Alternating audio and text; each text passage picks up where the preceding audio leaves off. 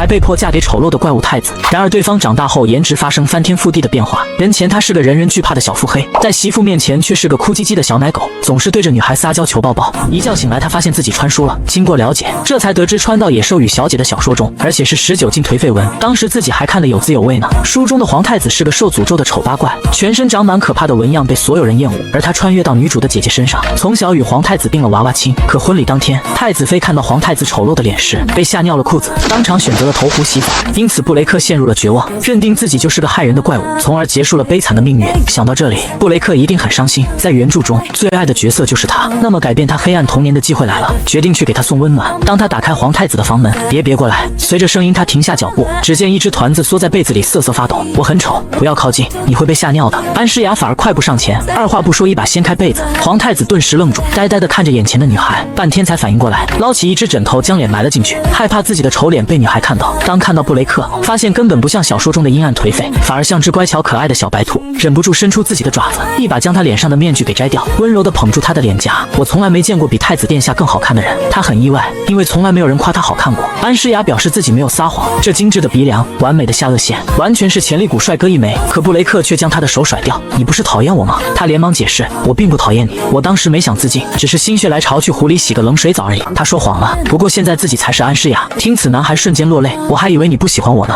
我嫁给这么帅的人怎么会想不开？将小哭包搂进怀里，柔声哄着，我最喜欢的人就是你。太子殿下瞬间红了脸颊，谁知接下来他说了一句虎狼之词，今晚我们一起睡觉吧。太子顿时傻了眼，脸色涨得通红，好像自己说错话了。原来安诗雅家族拥有光的能量，可以解除布雷克身上的诅咒，但必须要身体接触才行。见他难为情的模样，解释我们已经结婚了，同床共枕再正常不过了。怎料他害羞地把脸埋进枕头，他觉得布雷克不像小说里的阴暗颓废，怎么看都像只乖乖的小兔子，一把抢过他的枕头，以后我们每天都要睡在一起。布雷克十分震惊，询问真的不介意和他这个怪物在一起吗？当然不介意了，然后紧扣他的双手发力，试试能不能使用光的力量。可他使出了吃奶的劲也没能消除诅咒，失望地转身离去。突然布雷克一把抱住他，哀求他不要走。他笑嘻嘻说自己没打算走，意识到自己刚刚的行为，他又缩成了红团子，觉得安诗雅讨厌他这个怪物。他用小指勾太子的小手，以我的性命发誓，永远都不会讨厌太子殿下。他瞬间感动得两眼泪汪汪，他不禁调侃，我的小丈夫就是个爱哭鬼，我才不是。好了，我知道你不是爱哭包。晚上他哄着小丈夫睡觉，然而布雷克连睡觉都抓着他的手不放，生怕他逃走似的。第二天他一睁眼就冲小媳妇嘿嘿傻笑，憨憨的笑容实在太可爱了，心里暗下决定让他永远这么开心。这几天通过和布雷克朝夕相处中，他发现了不对劲，厨房准备的菜品不仅单一，而且还都是馊的，都跟吃猪食没两样，一天3顿连一点肉末芯子也没有。他以为太子殿下是素食主义，询问才得知他喜欢肉和海鲜，看来是哪个不长眼的欺负他。冷脸放下餐具，然后吩咐侍女去把侍从长叫到我的书房，插了一块蘑菇投喂布雷克。其实他根本不喜欢吃蘑菇，但小夫人投喂盛情难却，却只能乖乖张嘴，眼睛一闭，咕噜吞了下去，咽完还一脸自豪模样。安诗雅直呼好可爱，把剩下的也吃了吧。侍从长来到太子妃面前，不仅不对她行礼，还傲慢质问找她什么事，无非是认为我是个不受待见的皇太子妃，不如他侯爵之位高贵。为什么皇太子殿下的饮食这么单调？侍从长敷衍说宫里的预算不充足，就算预算不充足，那也没穷到连一块肉都吃不上吧。老虎不发威，你当我是病猫啊？他霸气说道，你被免职了。当听到丢了工作，他不可置信，睁大双眸咬牙发怒。安诗雅又以他犯下贪污重罪押入地牢，他顿时恼羞成怒，对他大声咆哮，再加一条侮辱皇室的罪名。侍卫领命照办，他拿出一份写好的名单，打算把小说里背叛布雷克的人全部开除，应把厨师也赶跑。没人给做饭，只能自己上手了。来到后厨，打开储存柜，发现藏着好多的食材，他瞬间火冒三丈，宫里藏着这么多珍贵食材，竟然给殿下吃草。挽起袖子决定要大展厨艺，给小丈夫做一桌美味可口的饭菜。看到一桌丰盛的食物，布雷克很是惊讶，没想到他的小媳妇不仅人美心善，还会做饭。他插起一块可爱的肉饼和着米饭，投喂给布雷克嘴里，食物的美味瞬间冲击他的味蕾，真的好好吃。看着他满足兴奋的笑容，只觉得好可爱，幸福感满满。怪物太子的情敌出现，要把他的小媳妇给拐跑。原本在媳妇面前哭唧唧的小奶狗，面对情敌时毫不手软，霸气护妻，谁也别想欺负他的太子妃。安诗雅霸气铲除了安插在太子身边的奸细，同时也引起理查德的注意。这天他找到安诗雅，企图拉拢她成为自己的人，一见到他就认出来，他是小说里满怀野心的公爵之子，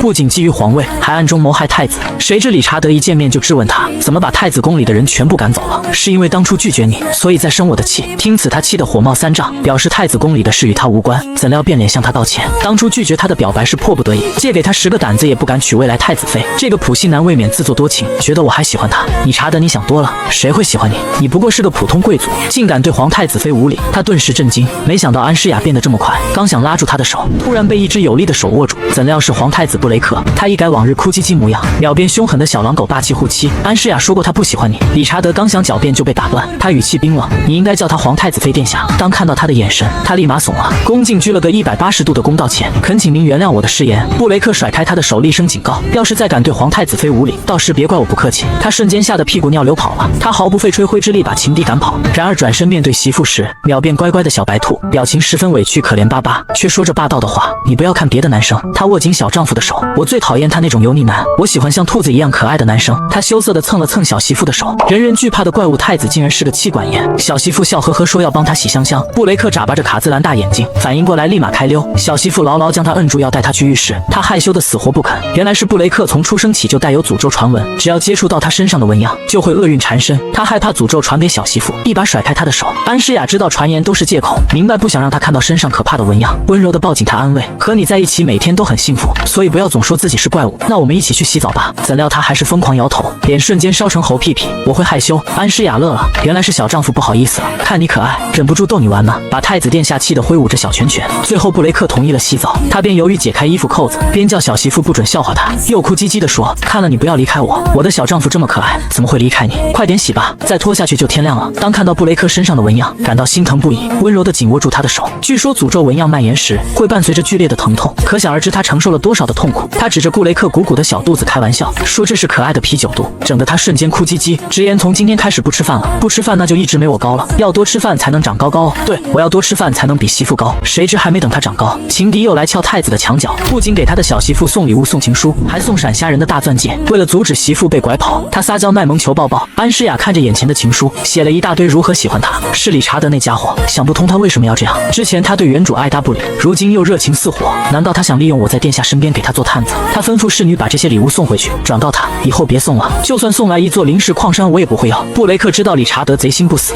又想来拐他的小媳妇。当安诗雅回来时，直接飞扑进他的怀里撒娇，萌得他忍不住摸了摸小丈夫的头。他摘掉布雷克脸上的面具，不戴面具是不是好受些？点了点头，控诉他：“你总想脱掉我身上的东西。”听到这句话，他只能尴尬的呵呵了，解释只要看见他帅气的脸，就充满幸福。两人之间达成秘密，只有单独相处时不用戴面具。觉得殿下今天特别黏他，怀疑他出宫后发生了什么事。布雷克说出心里的担忧，其实是担心你会跟理查德走，感觉到他的手在发抖。当听到安诗雅说不会离开，瞬间开心起来。等你成年后会变得非常帅气，会有很多漂亮的女孩喜欢你。听此突然紧紧地将他抱住，我的太子妃只有安诗雅一个，你只要陪我到生命结束那天就够了。这话让他难受的痛哭出声，我绝对不会让你死的。他惊慌失措哄着小媳妇别哭。就在此时，侍卫禀报皇帝陛下回宫，要见儿媳妇。英俊帅气的皇帝公公霸气护儿媳，欺负我儿媳你活腻了，却不知对方垂涎她的美色，您的腹肌太诱人了。安诗雅抱着讨皇帝欢心的想法来到他面前，当看到他英俊威严的容貌，瞬间看呆了。我的老天爷，这颜值妥妥小说里的男主气质。皇帝询问他怎么把皇太子宫的侍从长关进大牢，安诗雅把他贪污宫里预算的罪证说了出来。怎料一旁侍从长的父亲瞬间恼怒，向皇帝表达他儿子的忠心耿耿，是太子妃冤枉他儿子。安诗雅立马递上账本，皇帝仔细翻阅，贪的可真不少。侯爵大声狡辩，这一定是伪造的，给皇太子吃猪食，他自己却吃香喝辣的，这就是忠诚。侯爵警告他说话小心一点。皇帝瞬间脸色一沉，你活腻了。突然一把剑抵上他的颈脖，对太子妃抬了哪只手，他害怕的瑟瑟发抖，感觉小命要保不住。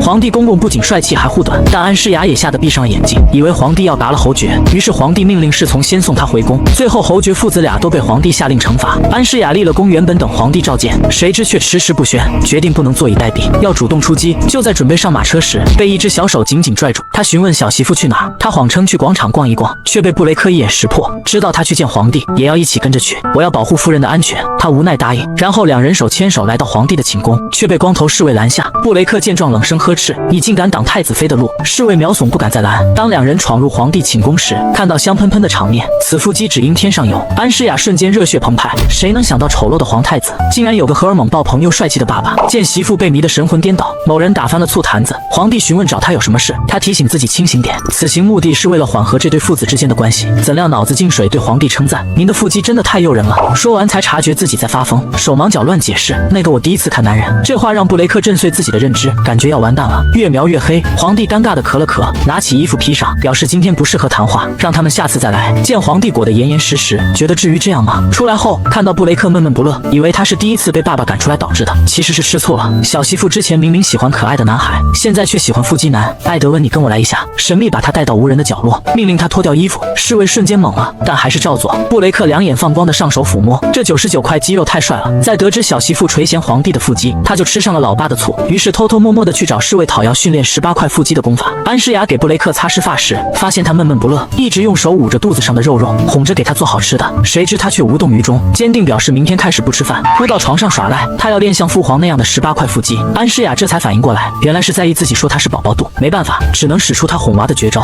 向布雷克扑了过去，挠得太子殿下一顿求饶。我喜欢健健康康的你，从明天开始要多吃饭哦。他嘿嘿傻笑答应。然而他们的一举一动正被人监视，原来是皇帝一直派暗卫暗中保护他们。皇帝发现安诗雅嫁过来后，布雷克发生很大的改变，空洞的眼神散发出了光彩。然而在监视中，暗卫却忘了原本的旨意，他的目光逐渐被美丽又睿智的女孩给吸引。他对安诗雅的评价很高，皇帝顿时若有所思，只因觉得她太完美了。怎料第二天，皇帝派人给安诗雅送了几卡车的礼物，可能是因为我夸了她的腹肌，所以心情好才送的。想想又没道理，拍了拍脸蛋让自己清醒些，因为皇帝要召见安诗雅。等她梳妆打扮好之后，布雷克都看呆了，小媳妇实在太漂亮了。丑媳妇终于正式见公公，安诗雅向皇帝表示感谢送的礼物，皇帝又摆了一桌美食给她品尝，她幸福地留着哈娃子开吃。看到出来皇帝很喜欢这个儿媳，见她喜欢，另外吩咐人给皇太子送一份，于是他更加得寸进尺，走到皇帝的身边说要告诉他个秘密，附在他耳边叫了声父皇。他很惊讶，你刚刚叫我什么？我是您的儿媳，所以叫您父皇。哎呀，没错，这声父皇讨得皇帝欢心，财大气粗表示有什么需要尽管说。安诗雅烧了一桌香喷喷的饭菜，众人纷纷流下2斤口水，笑呵呵的招呼他们都过来吃。正巧被外面蹲守的暗卫看见，趁没人时偷摸进厨房，看到一锅香气诱人的锅巴汤，忍不住咽了咽2斤口水。不料刚伸手打开锅盖，发现有人进来。当安诗雅进来时，疑惑锅盖怎么打开了，突然他眼睛一亮，发现一只浑身黑乎乎的猫咪，连忙将猫咪抱起来，好可爱。猫猫是你打开锅盖的吗？只见黑猫对着他撒娇卖萌后，眼巴巴盯着一旁的锅。安诗雅瞬间明白猫咪想喝锅巴汤，于是拿了一个碗装给小猫咪喝。等喝完，又忍不住抱起它往脸上蹭了蹭。这时醋坛子突然从门外探头进来，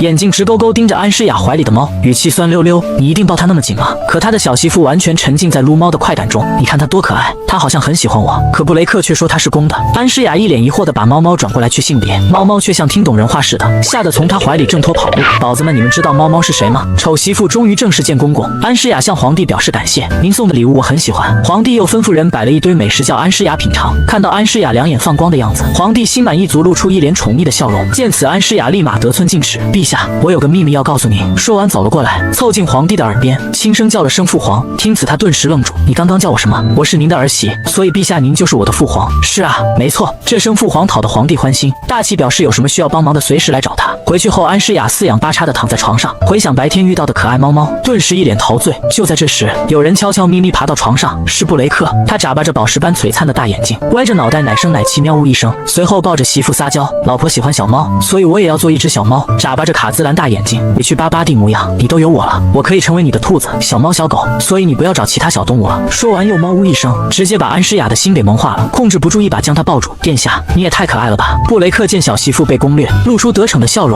原来在厨房里，布雷克一眼认出来那只心机公猫就是皇帝身边的暗卫变的，受皇命暗中保护太子和太子妃。可他却对美丽又睿智的太子妃起了心思。这边理查德多次追求安诗雅被拒，正头疼不已。之前明明说喜欢她，怎么就变了？正因为如此，他才更想得到她，因为得不到的永远在骚动。原著中安诗雅的母亲身份低微，从小就被父亲当作家族的耻辱，动不动就遭到他的毒打和辱骂。她从睡梦中惊醒后，脸上布满泪水，虽是原主的记忆，但她能身同感受到那种痛苦与绝望。一旁的布雷克一脸担忧，此时他内心自责不已，认为是他身上诅咒的原因才导致安诗雅做噩梦。安诗雅却将他抱在怀里，和殿下在一起，感觉真好，再陪我一会儿。两人紧紧相拥，享受着静谧的时光。这边伯爵得知安诗雅在皇宫受宠，竟想利用女儿得到情报，扳倒太子殿下。然而当他自信满满来到皇宫，没想到平时听话的安诗雅竟让他等了足足1个小时。听到开门声，刚要大声斥责，看到盛装出现的女儿满是珠光宝气，而且和平时判若两人，浑身散发出谁也不敢招惹的强大气场。这真的是他原本低贱卑微的女儿吗？真放肆！似啊！见到父亲都不行礼。说着刚要抬起手教训他，安诗雅立刻搬出梅尔侯爵的事情。之前他想要对安诗雅动手，被皇帝给嘎了。听此他害怕的收回手，觉得安诗雅变了，不再是那个渴望爱的傻女儿。现在的她处处显露出帝国最高权威女人的模样。下一秒，安诗雅吩咐侍卫将人渣父亲拖出去，想要利用他。没门！安诗雅回公路上又看到上次的猫猫，开心的将猫咪抱在怀里撸毛。布雷克练完腹肌来找他的小媳妇，刚好看到那只可恶的心机公猫在他媳妇怀里，把心机猫当成眼中钉肉中刺，像是打发了82年的山西老陈醋。问老婆不喜欢小兔子了吗？改喜欢猫猫了。说完握着2只小拳拳，奶声奶气喵呜一声，只把安诗雅萌得浑身颤抖。他怎么这么可爱？只要是我的丈夫，我都喜欢。向布雷克提出能不能帮他一个忙，帮我练舞，我想和殿下跳一支舞。布雷克毫不犹豫点头答应，只要是媳妇的事，我都会帮忙。当握住小媳妇的手，他羞红了脸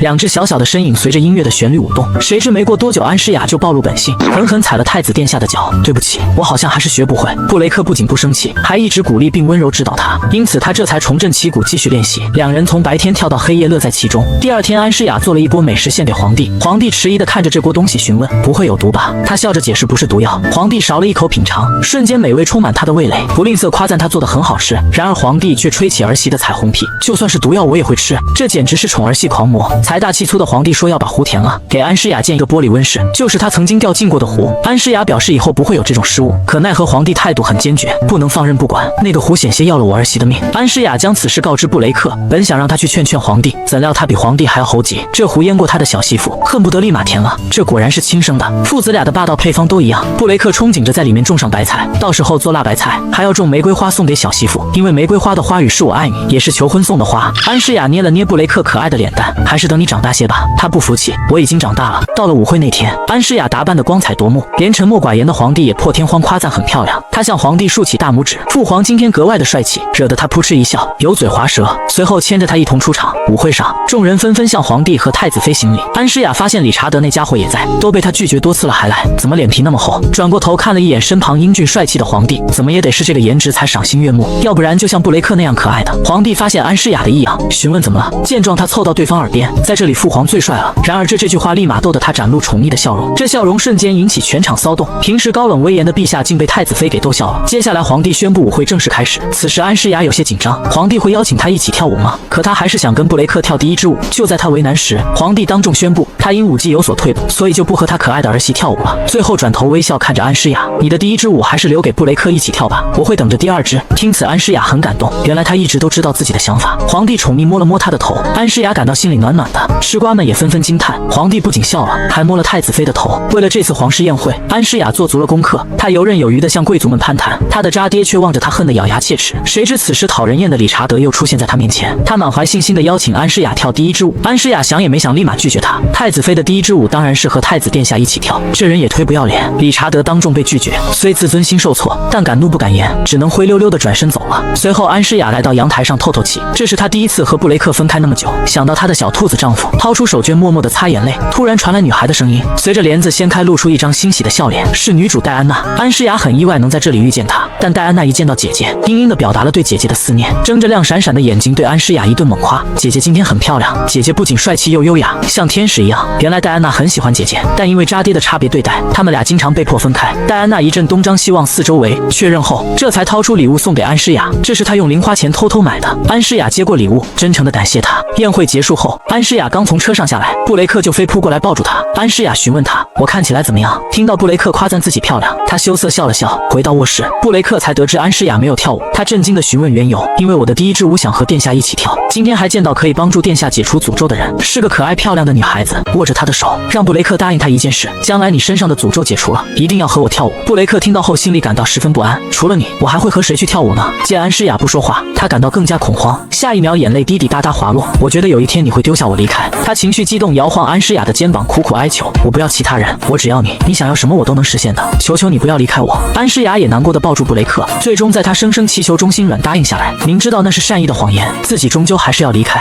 他想要守护布雷克，但必须要解除他身上的诅咒。第2天，布雷克得知安诗雅妹妹来访的消息，一大早就把自己打扮得帅气逼人。安诗雅以为他是和初恋情人见面才如此激动，询问他紧张吗？有一点，万一小姨子不喜欢我怎么办？原来布雷克是为了见亲家才紧张，可安诗雅心里却有些难过。也许是在自己面前他才那样说。戴安娜一见到姐姐就飞奔到她怀里，像只小狗狗在安诗雅怀里蹭了蹭，小嘴巴巴的夸赞姐姐越来越漂亮。随后戴安娜和布雷克正式见面，安诗雅看着这对金童玉女，果然比她想象中还要般配。她找了个借口匆匆离开，留下布雷克和妹妹单独相处的时光。但是撮合他们，安诗雅此刻的心却很痛。原著中，布雷克和继承了光能量的戴安娜在一起后，诅咒才得以解除。他们会和小说里一样吸引对方吗？安诗雅坐在书房里看书，但是脑子里已经在胡思乱想。若是布雷克爱上戴安娜后和她离婚，想想还是会觉得气愤。他说过喜欢我，又苦恼告诫自己不要让自私的想法害了布雷克。通过这次相处，他们两个应该变得亲近不少了吧？当他前去查看时，怎料两人正刀光剑影的激烈争吵，谁也不肯让谁。安诗雅让他们冷静一下，一个一个说：“我和姐姐流着相同的血，我更喜欢她。安诗雅是我的夫人，我更爱她。”这把安诗雅整的劝架的念头已消失。没想到这俩人会为她争风吃醋，她既高兴又无奈。他们这样也算变亲近了吧？这天，安诗雅在厨房熬汤，布雷克从身后抱住她：“你做的汤一定很好喝，你还是一如既往喜欢喝汤啊？”布雷克嘿嘿笑了笑，因为老婆做的汤最好喝了。2年转瞬过去，他们还是老样子，一见面就争吵谁更喜欢安诗雅，就像是兔子与格斗犬一般，完全没有成为恋人的一丝可能。安诗雅打算诚实面对自己的内心，她不想离开他们了，想陪在布雷克与帅气公公以及可爱的妹妹的身边，和他们永远在一起。安诗雅当即决定去见皇帝，将如何解除诅咒的办法告诉了他，同时也跟布雷克坦白，撮合他与妹妹是为了解除诅咒。布雷克拉着安诗雅的手，语气坚定：“只要能和你在一起，诅咒对我来说无所谓。”两人在一起幸福地度过了2年。填了湖之后，在上面建造玻璃温室，安诗雅成为了帝国权位最高的女人。为了让她方便处理政务，皇帝还赐了内宫的第3层单独给她安排间办公室。然而这个看似普通的地方却另有玄机，是个破解皇太子诅咒的秘密研究空间，里面藏着大量的魔法书籍。安诗雅得知接下来理查德会散布谣言，说古代魔法中有一种邪术，爱子心切的皇帝被谣言所骗，想要代替布雷克接受诅咒。安诗雅决定一定要阻止这件事发生。就在她认真研究石碑上的文字时，突然吱呀一声，有人开门进来，一个人影走了进来。她惊恐地转过身，当看清来人是皇帝，安诗雅顿时展露笑颜：“父皇，您今天很帅气，不愧是社交界所有女人的初恋。”这话惹得皇帝笑了起来，笑骂他又在贫嘴。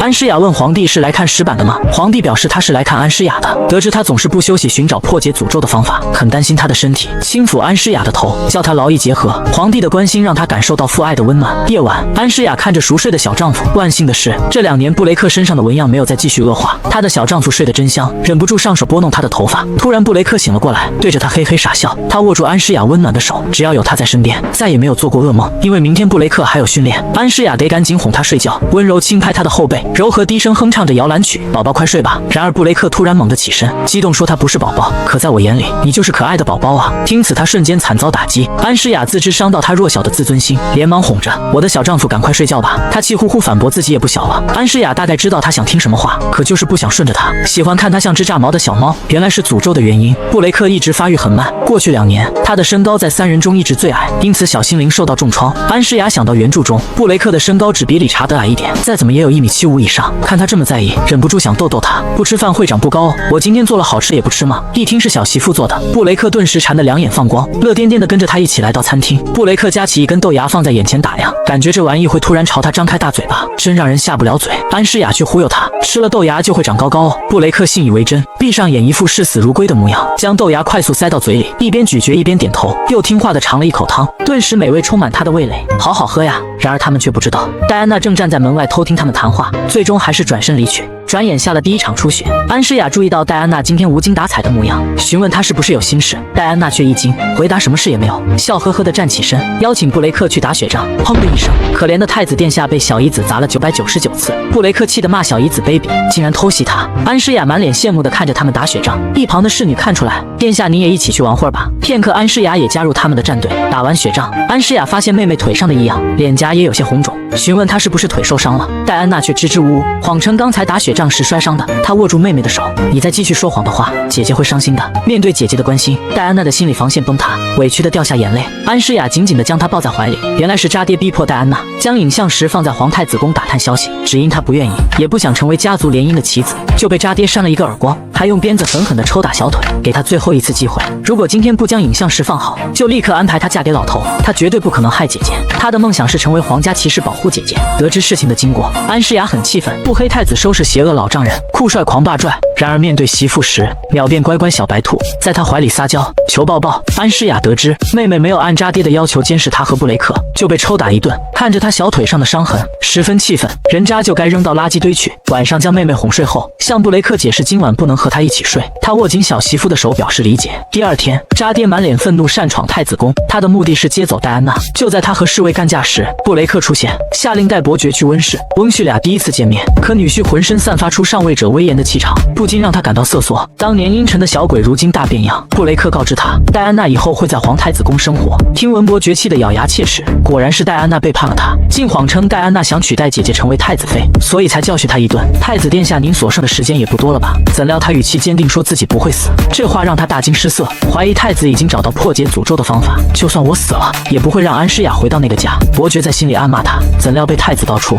你在想我一个怪物也敢嚣张是吗？他顿时后背发凉，竟然能读取他的心声。布雷克把手覆盖在他手上，语气阴森，听说女神的诅咒会传染，吓得他冷汗直流，感觉像有什么东西把他吸进去一样。他脸上露出一抹邪笑，突然闪现出蓝色火焰，痛苦嚎叫声响彻天际。伯爵的手迅速出现红色诅咒纹样，疼痛蔓延整个手臂，恐惧弥漫全身。他冷冷看着这一幕，警告他从安诗雅身边消失，永远不要在他面前出现。说完大步离去。当安诗雅来找布雷克时，顿时秒变乖乖小白兔，将一束娇艳欲滴玫瑰花递给小媳妇。她红着小脸刚准备接过，布雷克却一阵晕眩，扑通一声跪倒在地。安诗雅刚想去找御医，被他一把拽住，撒娇说只要陪陪他就好。就这样陪他睡了一天，醒来时便见一张帅气笑脸，询问小丈夫怎么脸红了。他红着脸回答，你又在乱摸我。他尴尬笑了笑，悄悄后退，被布雷克一把拉住手，搂在他的颈脖上，表示自己并不讨厌被他抚摸。他总感觉小丈夫越来越会撩人了。贝拉伯爵因冒犯太子，被护短的皇帝流放到荒岛，戴安娜留在太子宫，进了他梦寐以求的骑士学院学习。他没有像贵族一样依靠走后门，而是通过自己的努力考进去，但是以第6名的成绩入学，他并不满意，再加上入学要与姐姐分开，更加闷闷不乐。他和姐姐拉钩约定，只需等他6年就能成为骑士保护姐姐。安诗雅不确定等到那个时候，他能不能解除布雷克的诅咒，不过他还是跟戴安娜约定好，原著中今年就是皇帝中了理查德圈套，他一定会阻止事情发生。新年舞会上，理查德一如既往邀请安诗雅跳舞，他正想办法打发这个普信男。戴安娜出现维护姐姐，怼得他恼羞成怒，拉着姐姐远离渣男。皇帝把安诗雅带到楼顶，谈到布雷克儿时玩捉迷藏趣事，脸上露出慈父般笑容。安诗雅提醒皇帝，女神诅咒转移给其他人的黑魔法根本不存在，不要被谣言迷惑，尤其小心理查德。他只觉得好笑，难不成他会被个小孩骗到？原著中布雷克的诅咒突然加重，更可怕的是黑暗之门也被打开，陷入绝境的皇帝使用了黑魔法，因此丢了性命，所以他一定要保护好皇帝。他摸了摸安诗雅的头，表示他有2个孩子要守护，不会轻举妄动的。骑士学院开学，布雷克和小姨子哥俩好相互道别，约定好6年后相聚，在讨论谁更喜欢安诗雅。戴安娜将父亲给她的家主戒指和钥匙交给姐姐，务必让她收下，如果不是姐姐的母亲，贝拉善家族早就破产。她感动向妹妹道谢。到了骑士学院，骑士们排列整齐迎接太子妃，原来这盛大的排场是皇帝安排的。看着妹妹英姿飒爽的模样，她很欣慰。姐妹俩依依不舍分别后，她也该回去了，因为喜欢的人在等她呢。在骑士学院用影像石记录了很多镜头，为什么没有她的小媳妇呢？侍卫眼睛一亮，也有拍到太子妃。随后在众多影像石中找到安诗雅，原来是皇帝下命令让拍的，目的是送给太子当礼物。她开心地捧着影像石，接下来每天都可以看小媳妇了。书房里，安诗雅正教布雷克史书，说到1000年前罗姆族带领复兴，在皇宫放了把大火，他顿感脑海里出现大火的场景，还有男人的质问声，是你点了火？脑子一阵刺痛。布雷克发现他的异样，焦急询问他哪里不舒服。缓过来的他安慰小丈夫，没事，继续学习吧。就在这时，布雷克诅咒发作，痛得浑身发抖，却仍然强装没事。可他明明听说他经常忍着诅咒刺骨的疼痛，怎么可能没事？当即决定学习暂停，拍着柔软的床，邀请他过来一起困觉觉。这可把太子整得脸色通红。媳妇如此热情，他如何招架得住？上床后对他一顿乱摸，整得布雷克心脏砰砰直跳。安诗雅刚想去拿取暖气，却被他拉住手，笑着说不冷，只要有你在身边就行。他很自责，向他道歉，如果他能继承光的能量，就能缓解他的痛苦。他连忙抱住媳妇，不许说这种话，因为有你，我才是最幸福的人。他的话让他暖到心里。睡醒后，布雷克想去训练，被安诗雅拦下。不是说好今天陪我的吗？他毫不犹豫答应媳妇的要求。他高兴地捏着小丈夫的脸，实在是太可爱了。安诗雅正看着妹妹寄来的信时，注意到花瓶里的玫瑰花是布雷克送她的第一个礼物。突然有人从身后抱住她，询问她在看什么。她回答说在看玫瑰花，但是你比花更好看。可一说到年龄，布雷克很郁闷，他都已经11岁了。但是安诗雅表示他们相差2岁。看着小丈夫黑着脸，知道不能再逗他了，连忙摸了摸他的头顺毛。他捧着媳妇的手撒娇，这把他给萌翻了，扑过去一把抱住她。我的丈夫是世上最可爱的人。他笑着补充了一句，还有帅气，对吧？这天他做了东方料理的豆腐和豆浆，邀请大伙一块尝尝。吃了个个都赞不绝口，把他直夸的都不好意思。他捧着食盒准备给皇帝送饭时，那只许久不见的黑猫正蹭着他脚跟。他开心的将猫猫抱了起来。咱们的醋坛子又不高兴了，一把将猫从媳妇怀里抢过来，打发他趁热去送饭。猫猫交给他来照顾。等安诗雅走后，猫猫感觉自己要大祸临头，但身体被禁锢，动弹不得。他疑惑抬起头，看到一张虎视眈眈的脸，顿时吓得魂飞魄散。他早就知道这只星际公猫不一般，总是黏着他媳妇。在他小的时候，每次诅咒发作时，总是会有个黑衣男出现帮他治疗，身上的气息就跟这只猫一样。黑猫见太子已经认出他，不能再隐瞒了，直接变换出真身。单膝跪地向太子自报家门，他是皇帝的亲信，受命暗中保护皇太子。原以为自从他受到诅咒就被皇帝抛弃，其实他一直暗中保护自己的孩子。银汉授予皇命本不该现身，但因为太馋太子妃做的美食，忍不住犯了错。他会向皇帝禀报并接受惩罚。布雷克却阻止他，你守护了我这么久，不想看到你受罚。银汉听后感动得热泪盈眶。太子殿下突然逼近，警告他不要再出现在我夫人面前，要不然小命难保。这话让他顿感浑身发凉。面对太子的威胁，他只能乖乖点头答应。布雷克感觉安诗雅会喜欢银汉这种，问题还长得帅，要杜绝情敌有机可乘。安诗雅给皇帝送饭时，见他还在操劳，免不了一顿唠叨，只能放下手头工作，捧着食盒邀请皇帝尝尝他新做的美食。皇帝让他也过来一起吃，他笑呵呵答应。谈到布雷克剥豆子别提多乖巧，若是您能来皇太子宫就会看到。他沉默不语，随后询问布雷克的身体怎么样。虽然碍于诅咒的压力没去见自己的孩子，但其实心里还是很挂念。皇帝吹安诗雅的彩虹屁，我儿媳做的菜就是好吃。询问他有什么想要的礼物，往常他肯定拒绝，但今天不一样，他恳请皇帝让他去禁地找破解诅咒的方法。天罗宫是禁忌之地，疑惑他怎么突然要去那里。原来是几天前，他和布雷克上历史课时，看到短暂的幻影，出现了巨大的火焰，女人的悲鸣声，一旁还立着一块石板，觉得在那里能找破解诅咒的方法。天罗宫除了被火焰烧毁，还被黑魔法污染，他不能答应。你也是我的孩子，我不能为了布雷克将你送到危险之地。安诗雅语气坚定，布雷克也是我的家人，我不能放弃这次机会，拜托您了，父皇。面对他迫切的眼神，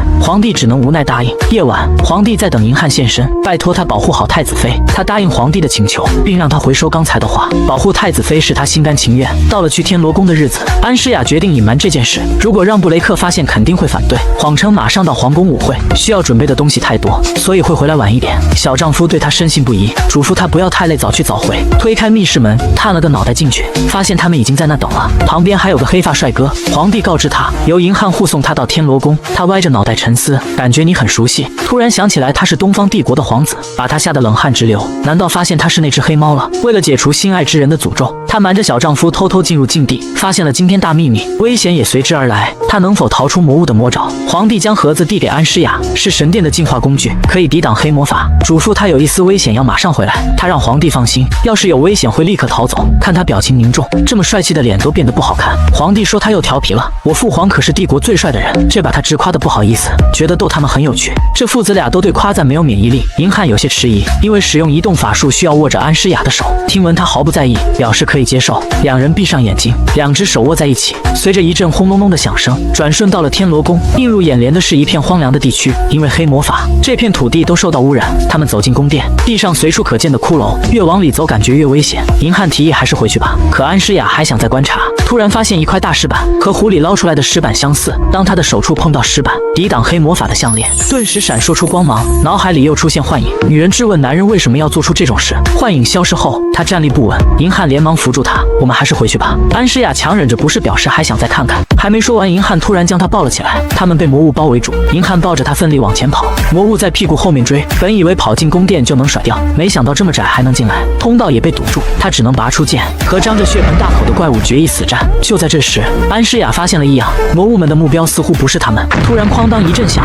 墙壁被砸裂开，小家伙们一副乖乖巧巧的，哪还像刚才凶狠的模样？两人都被整懵逼了，难道是让他们跟着进去？银汉立马阻止他。安诗雅极力劝说，他们没有在攻击我们，目的是把我们引来这里。魔物们听懂似的点了点头，只要能解除布雷克的诅咒，不管多危险，他都不会放弃。他向银汉道歉，为他的逞能感到抱歉，希望能答应他的请求。这把银汉吓得不知所措，连忙答应。两人跟着魔物下入地宫，发现一扇巨大的黄金门，看样子被魔法封印。就在毫无头绪时，安诗雅的手无意间触碰到门，随着一道耀眼的金光，伴随着哗啦啦的响声，封印就这样解开了。觉得不可思议，他明明什么也没做。两人进去后，遍地是闪闪发光的黄金宝石，另外还立着很多石板。本以为可以找到解除诅咒的线索，可看过石碑上的记载的内容，并没有有关诅咒的文字。他很失落，可一件件谜团始终困扰着他。就在这时，皇帝送给他的项链竟然碎了。银汉表示的尽快回去，等睁开眼，看到皇帝关切的脸，摇晃着身躯向他道歉：“您送我的项链碎了。”皇帝蹲下身将他抱住，询问他有没有受伤。坚强许久的安诗雅心理防线崩塌，哽咽的流下眼泪，没能找到破解布雷克诅咒的方法，在他怀里失声痛哭。皇帝向他道歉：“对不起，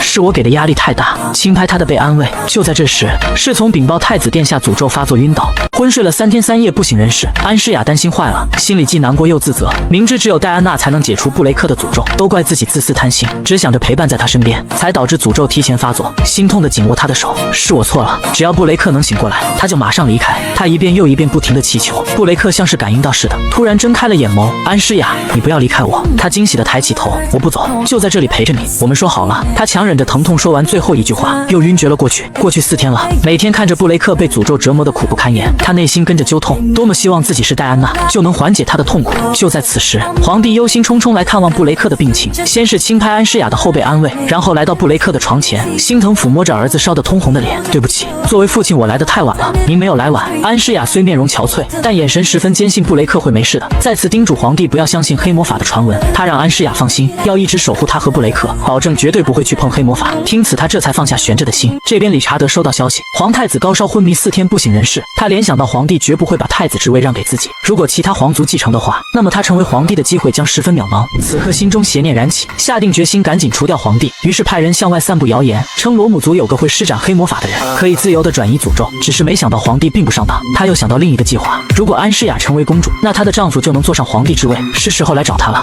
布雷克已经昏迷10天了，再不醒的话会很难活下去。听到这个消息，安诗雅犹如惨遭雷击，她陷入自责当中，是她一意孤行改变原著，才导致蝴蝶效应诅咒提前发作，紧握住她的手，祈祷光之女神不要折磨她了。皇帝见状让她不要自责，你是上天赐给我们父子俩的礼物，对于我们来说你是最珍贵的，如果布雷克离开我们的话，我会册封你为公主。听此她十分震惊，原来她根本没有要孩子的想法，让女神的诅咒终止于她这一代，但是遇到爱的人，不由变得贪婪起来。她不想让后代再遭受这种折磨，决定册封安诗雅为公主，以后将皇位传给她。听此她顿时泪如雨下，诅咒一定会解除的，让皇帝不要担心，一把抱住昏迷中的布雷克，相信他一定能醒过来。可就在他哭得伤心时，突然听到一声呼唤，他激动地捧着布雷克的脸，看见一张笑脸在跟他打招呼，察觉到刚刚太用力，连忙收回了手，却被他一把握住：“你不要走。”抚摸着媳妇挂满泪珠的脸，温柔询问他怎么哭了。见到布雷克醒来，他高兴得喜极而泣，看着小两口你侬我侬，作为电灯泡的老父亲不好意思哼了一声。皇帝关切地探了探儿子的体温，面对父亲的亲昵，他羞涩得有些不好意思。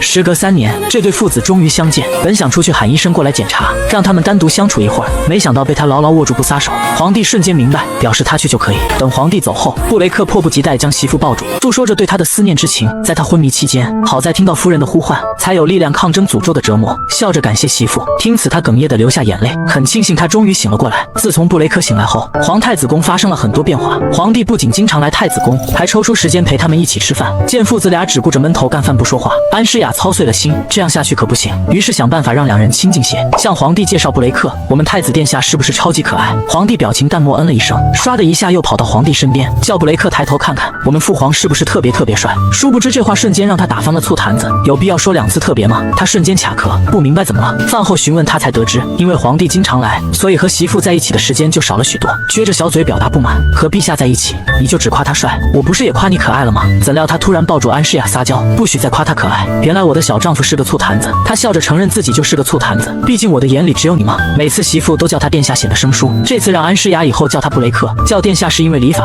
你真的把我当成你的丈夫了吗？没想到被他道破，他对布雷克用尊称，礼法虽是这样，但更多的是想和他保持距离，才故意那样称呼。活，如果不能解除他的诅咒，自己必须要离开他。同样也是为了防止自己的心动摇，只是没想到被他给看穿。他含情脉脉扶住媳妇的脸，就像昏迷时那样叫我布雷克。看着他期盼的眼神，最终心软叫了他的名字。好不容易控制住动摇的心房，最后还是崩塌了。他已经一步步沦陷，再也走不掉，已经被他牢牢给抓住。接下来安诗雅每天都在研究石碑上的秘密，必须尽快找到解除布雷克诅咒的方法。菲利普迎娶贝拉善为皇后，背叛了光之女神，因此诅咒了他的子孙后代，却将解除的能力赐予了贝拉善家族。怎么想都不对劲，也许这上面还掩盖了某些事实。就在此时，银汉来找安诗雅，见媳妇每天和情敌待在一块，怪物太子吃醋的一把抱紧他，还撅着小嘴对他撒娇。然而面对情敌时，眼神一秒变得犀利无比，释放的威压险些让银汉招架不住。安诗雅正在研究破解布雷克诅咒的方法，银汉突然找了过来，见他把几层楼高的书籍都阅读完，瞬间化身小迷弟，夸赞他实在太厉害了。他被夸得有些不好意思，于是礼尚往来，你这套衣服很好看，穿起来很帅气。被喜欢的女孩夸奖，他羞涩笑了笑。安诗雅好奇他为什么突然选择当骑士，听说之前他拒绝了皇帝很多次，我是为了太子妃殿下而下的决心，表示今后会成为他坚实的后盾。就在两人相谈甚欢时，一阵狂风突然朝安诗雅扑啸而来，还好被银汉拉了一把才免于遭难。不明白那是什么，是龙之力，原来是昌国派人来刺杀他。刚想拉着安诗雅逃离，一名黑发蓝瞳的女孩挡住了去路。看清来人，银汉顿时大惊失色，你是来杀我的吧？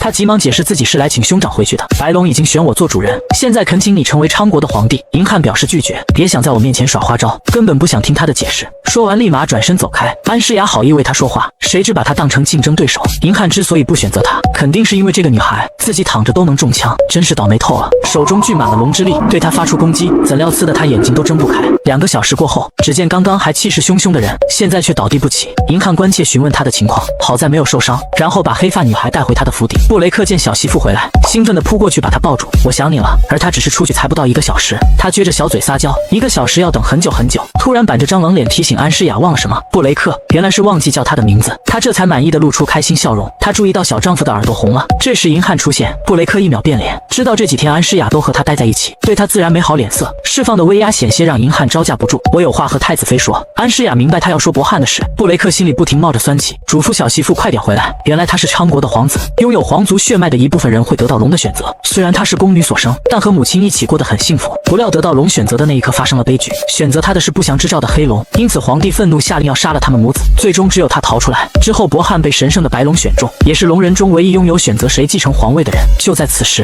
突然传来布雷克的声音，两人赶紧跑出去查看情况，谁知博汉竟骑在皇太子身上，吃醋了吃醋了。布雷克不仅被小白毛当马骑，还被捏脸占便宜。安诗雅第一次打翻了醋坛子，你对我丈夫做了什么？银汉赶紧把调皮的小白毛拎了起来，他连忙去查看布雷克的情况，赶快向皇太子道歉。他表示除了昌国的皇帝，打死都不向别人低头，没想到兄长身边有如此神人，每次寻找他时都被这人神奇的力量给阻碍，太混杂了。他觉得很诧异，这3年来找遍了关于女神诅咒的消息，从未听过混杂一说。他确定这个女孩知道关于布雷克身上诅咒的事情，果然不出所料，想知道的话就和我做个交易吧。于是两人坐下单独详谈，对方的条件是让安诗雅劝说银汉跟他一起回昌国，可是他不能左右银汉的选择，如果能答应他的条件，会帮他解读石板上的秘密，找到关于皇太子的事情，坚信兄长能听进他说的话。安诗雅十分为难，按照原著，昌国10年后会因内战走向灭亡，不能为了布雷克让他人陷入绝境，要不然就让他成为我们自己人。诱惑小猫最好的办法就是投喂美食，来尝尝这个。谁知他只是看了一眼，就嫌弃的扭头坚决不吃，还让他拿去投喂皇太子。虽然小白毛对他做的美食不感冒，却和布雷克玩得很好，看来更加愿意和同龄人打交道。一见到银汉过来，博汉立马跑过去向兄长展示自己的新衣服。你太吵了，打断我向殿下行礼很没有礼貌。没想到遭到他的训斥，顿时被伤了心。两人都觉得银汉有些过分。博汉一整天都在期盼你的到来。小白毛见状哄着布雷克不要生气，是自己不对，就连晚上睡觉，皇太子还在愤愤不平。安诗雅觉得银汉这么做应该有自己的苦衷，如果小媳妇也对我这样冷淡，一定难过死了。说着就变成了哭唧唧的小奶狗，可怜巴巴叫媳妇不能讨厌他。他连忙哄着哭唧唧的小丈夫，我的小兔兔怎么又哭了？怎么会讨厌？我喜欢你还来不及呢。将小哭包抱住，轻拍他的后背哄睡。我的小丈夫很帅很乖，在他的柔声安抚下很快进入了梦乡。第二天，布雷克亲自做了花环准备送给安诗雅。博汉疑惑他怎么不叫侍从做，这是送给媳妇的礼物，让别人代劳的话就没有意义了。从前从不敢送安诗雅礼物，因为自己活不过成年，怕她看到会误睹私人。自从去年生了场大病，他就改变了想法，从温室里摘了朵玫瑰花送给她，没想到她很喜欢，不仅给花施展了永不枯竭的魔法，还每天盯着欣赏。为了不让自己后悔，恨不得把世上最美的东西都送给她。博汉找到安诗雅，告诉她自己拥有预知未来的能力，能看到别人看不到的本质，看到了她即使经历诸多苦难，仍旧保持初心，天性善良，拯救了很多人，却救不了自己。还预知到你的身体在白色的光芒中中逐渐消失。你的意思是我能解除布雷克的诅咒？博汉没想到她首先考虑自己的丈夫，果然很痴情。安诗雅恳求他把解除诅咒的方法告诉他，无论让他做什么都可以，就算替他去死也愿意吗？他毫不犹豫回答愿意，甚至是生命都可以奉献，只要布雷克能活下去。最终博汉被他的痴情给打动，愿意帮助他恢复石板上的文字。他向石板施展出复刻魔法，随着一道耀眼的金光，环绕在上面的黑气渐渐消失，被覆盖的文字逐渐显露出来。当看到真实的内容，安诗雅震惊得无法言说。突然一股神秘力量将她吸了进去，画面一转，只见一个女孩坐在湖边哭泣。原来是原主看见布雷克丑陋的脸，吓得躲到这里哭，想着多亏了太子他才能摆脱伯爵府，应该感谢他才对。就在起身回去时，湖中突然闪烁着耀眼的光芒，刺得他眼眸都睁不开。怎料一股力量将他拽入了湖中，窒息感瞬间向他袭来，在水中根本没有办法呼吸。你要将光的力量传给谁？有一个奇怪的声音在质问他。安诗雅猛然惊醒，原来刚刚他失去短暂的意识，通过刚才看到的画面，这才得知自己就是光能量的继承人。找到了，终于找到破解布雷克诅咒的方法。原来自己就是光能量的继承人，可以解除他身上的诅咒。博汉见到他的第一眼，就看出他拥有女神的力量。布雷克的诅咒之所以没再扩散，是被他的光给阻挡了。从安诗雅身上散发的力量太强大，黑暗之力发挥不了作用，只要用他的意志力，就能轻而易举解开他身上的诅咒。没想到自己就是光能量继承者，那就可以永远留在布雷克身边了。怎料扑通一声，博汉倒在了他面前。银汉匆忙赶过来，这才得知被白龙选中的人，若是在异国用尽了龙力就会没命。银汉不明白他为什么执意逗留此地，因为解除皇太子的诅咒一直是兄长所期盼的。成为大神官之后，虽有很多人围着我巴结，但真心待我好的只有兄长，不想再回到那个恐怖的地狱，所以才帮助了太子妃。我只是想和兄长在一起，生命最后一刻能见到你，我死而无憾了，也希望你能永远幸福的活着。说完遗言，他缓缓闭上了双眸，他接受不了崩溃大喊。由于博汉的突然离世，安诗雅也十分伤心，她将博汉抱了起来，向太子妃告辞，趁他还有最后一口气，现在立马回到昌国，兴许还能救活。安诗雅表示理解，让他赶快启程。银汉回到昌国之后许久没再回来，他心情有些闷闷不乐，布雷克都看在眼里，媳妇反倒担心博汉走了，他因此少个玩伴而感到孤独。怎么会孤单？我有媳妇陪着呢。其实他更应该感谢博汉，顺带帮他把情敌给带走了。他卖萌的模样又让他招架不住，得知了如何解除诅咒的办法还不行，因为布雷克实在太小。你什么时候能长大？面对媳妇的提问，他顿时羞红了脸，害羞的不知该怎么回答。我已经完全很大了，若想彻底解除诅咒的话，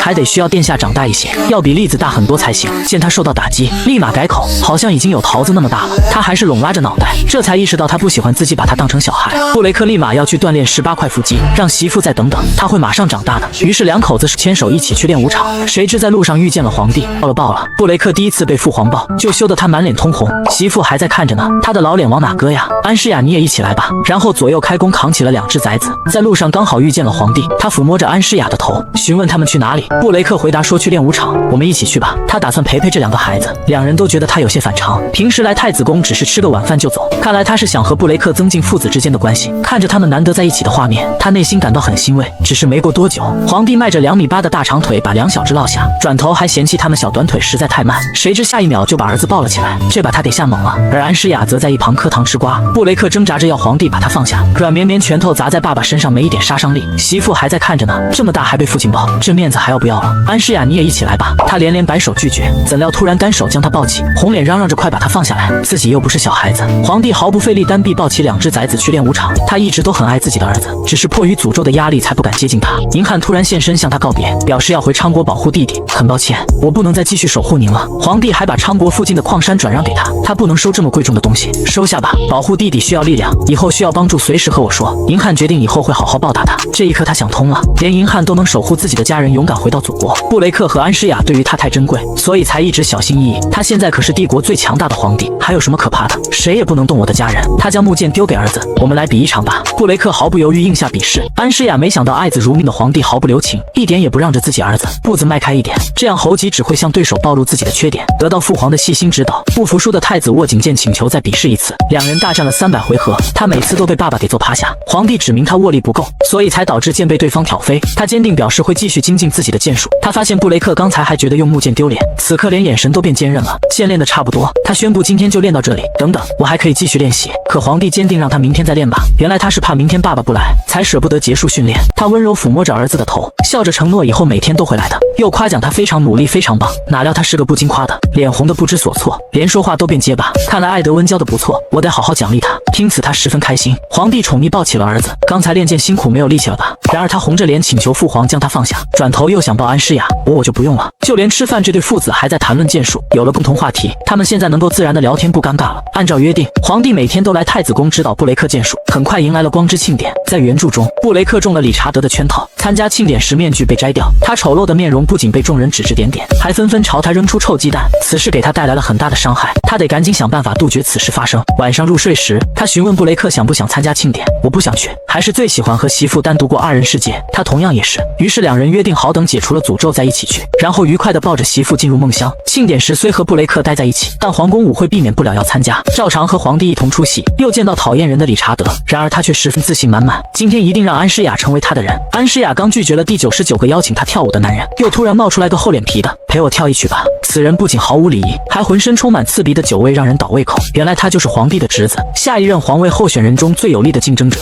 没想到太子妃毫不犹豫拒绝了他的请求，令他瞬间不爽恼怒，你竟敢拒绝我，我可是下一任皇帝，等继承皇位后，你就是我的人了。安诗雅皱眉看着他口出狂言，他的恋人过来劝导他别发疯，怎料却被一把推开。我现在不需要你们家族，拿着补偿金赶紧滚，看来需要教育的人是你，先退下吧，等酒醒了再进行问责。他恼火抓住安诗雅的手腕，凭什么问责我？我马上就是皇帝了，反正皇太子那个怪物也活不了多久。就在此时，他被人一脚给踹倒在地，刚想破口大骂踹他的人，抬头便见皇帝阴沉着一张脸，冰冷的眸子不禁让他胆寒。皇帝转身关心安诗雅的情况，关切询问他有没有受伤，他笑着回答自己没事，他这才放下心来。卡西瑟瑟发抖向皇帝解释，是太子妃先招惹他的，怎料下一秒一把剑抵上他的颈脖，语气阴沉，你再说一遍，把他吓得一个字也不敢蹦出口。住手，陛下请住手。这时卡希尔公爵冒出来质问皇帝，您怎么可以这么歹毒，对年幼的侄子拔刀？男子汉喝点酒犯点小错不是很正常吗？您要明白，整个帝国我儿子是最强的继承人。我明白了，这个傻子原来是跟你学的。对于他们的狼子野心，皇帝不再隐忍，以叛国罪将卡西公爵和长子关进地牢。父皇的威武霸气实在让他刮目相看。吓坏了吧？怕刚才的事吓到安诗雅。皇帝抱着他柔声安抚，他第一次感受到这么浓烈的父爱，心里既温暖又踏实。傍晚回到太子宫，布雷克迫不及待抱住小媳妇。原来舞会还没结束，她提前回来陪兔子丈夫看烟花。得知后，她笑得乐开了花。两人来到了顶层最高处，这里视野开阔，连广场都能尽收眼底，所以她经常来这里观赏美景。她憧憬着总有一天，他们可以肆无忌惮地出去外面看烟花。她握住小丈夫的手，这个愿望一定会实现的。在夜空上璀璨夺目的烟花中，两人含情脉脉地注视着彼此。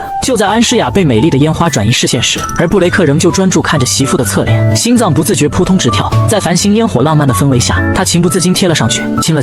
布雷克终于亲了安诗雅，只需狠狠嘬一口，就能彻底解除遗传千年的诅咒。布雷克反应过来刚才自己干了什么，羞得无法面对媳妇，但还是鼓足勇气向她表白：安诗雅，我喜欢你。面对心爱之人的告白，他止不住心脏砰砰直跳。我也喜欢你，能够遇见你，对于我来说是最幸福的。在璀璨烟花的浪漫氛围下，两人紧紧相拥在一起。这一段珍贵的感情，彼此都很珍惜。当晚，两人幸福的牵手进入了梦乡。梦中，他和布雷克牵着手走在森林中。然而与平时不同的是，梦里他是一头雪白的黑发，男人高挺的鼻梁，精致洁白的脸庞没有一丝瑕疵，还有看向他时那温柔含情脉脉的眼眸，这不就是在暗示他？布雷克解除诅咒后成为了大帅哥。男人温柔捧着他的脸庞，霸道地说：“看着我。”他不好意思红了脸颊。就这样，两人深情款款地注视着对方，都害怕一眨眼对方就消失不见。可没过多久，他从梦中醒过来，难过的止不住流下眼泪。布雷克马上察觉到他在哭，连忙伸手去哄媳妇。为了不让他担心，他狡辩自己没有在哭。他突然间愣住，然后激动地捧着布雷克的脸，他脸上的皱纹奇迹般消失不见了，洁白的脸没有一丝瑕疵，诅咒真的解除了。他得知后也很惊讶，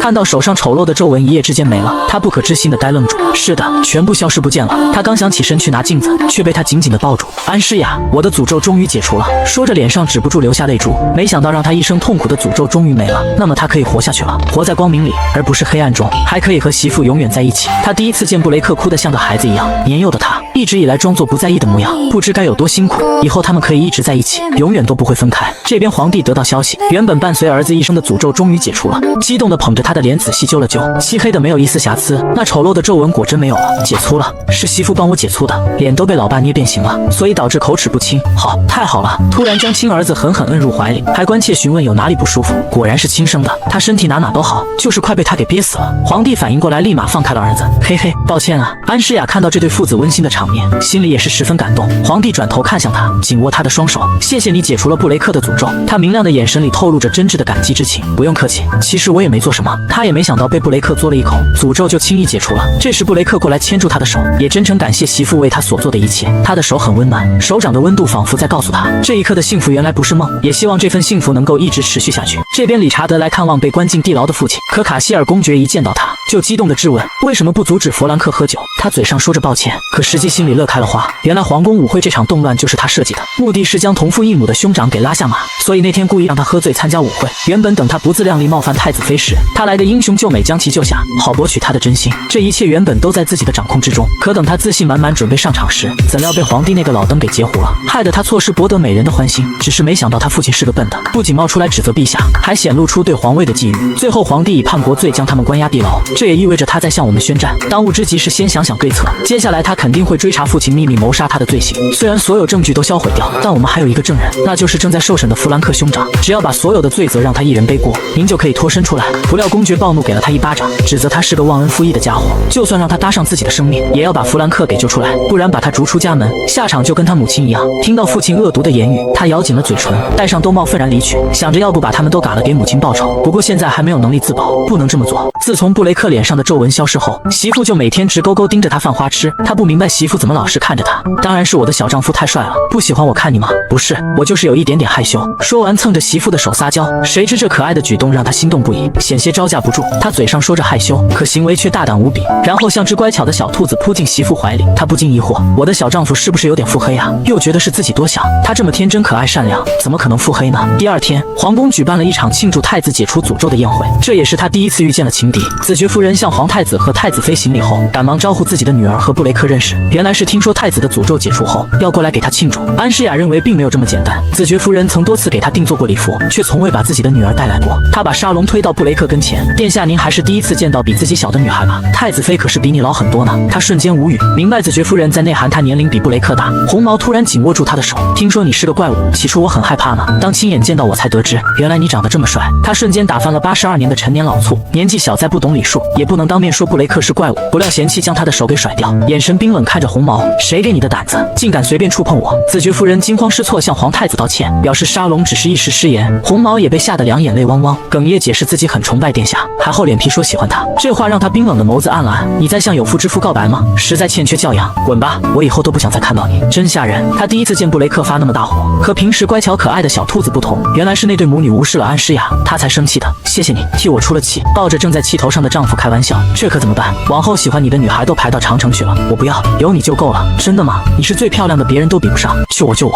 突然间他脑海里出现一个奇怪的声音，不禁惊恐地睁大了双眸，询问布雷克有没有听到别人求救的声音。没有啊，这怎么回事？怀疑是自己产生了幻听。见他一脸担忧，连忙表示是自己听错了。这边理查德还在设计谋害皇帝，好坐上梦寐以求的皇位，于是吩咐人去散布谣言，称有个会黑魔法的人能解除女神的诅咒。可还没等行动，就有人来禀报皇太子的诅咒已经解除了。听此他十分震惊，令他没想到的是，皇家骑士团已经把公爵府给团团包围了。他那个傻子哥哥竟不到一天就出卖了他们。皇帝设计扳倒了野心勃勃的卡希尔公爵家，理查德也因此被逮捕。这还得多亏了父皇的计谋，要不然连他的蛛丝马迹都追查不到。自从布雷克病重后，民间曾秘密流传过有关黑魔法的传闻，说可以把女神的诅咒转移给其他人，好让爱子心切的皇帝上当。这分明跟原著一样，理查德想利用黑魔法谋害皇帝，这绝对不能原谅。不用担心，皇家骑士团很快就能抓到他。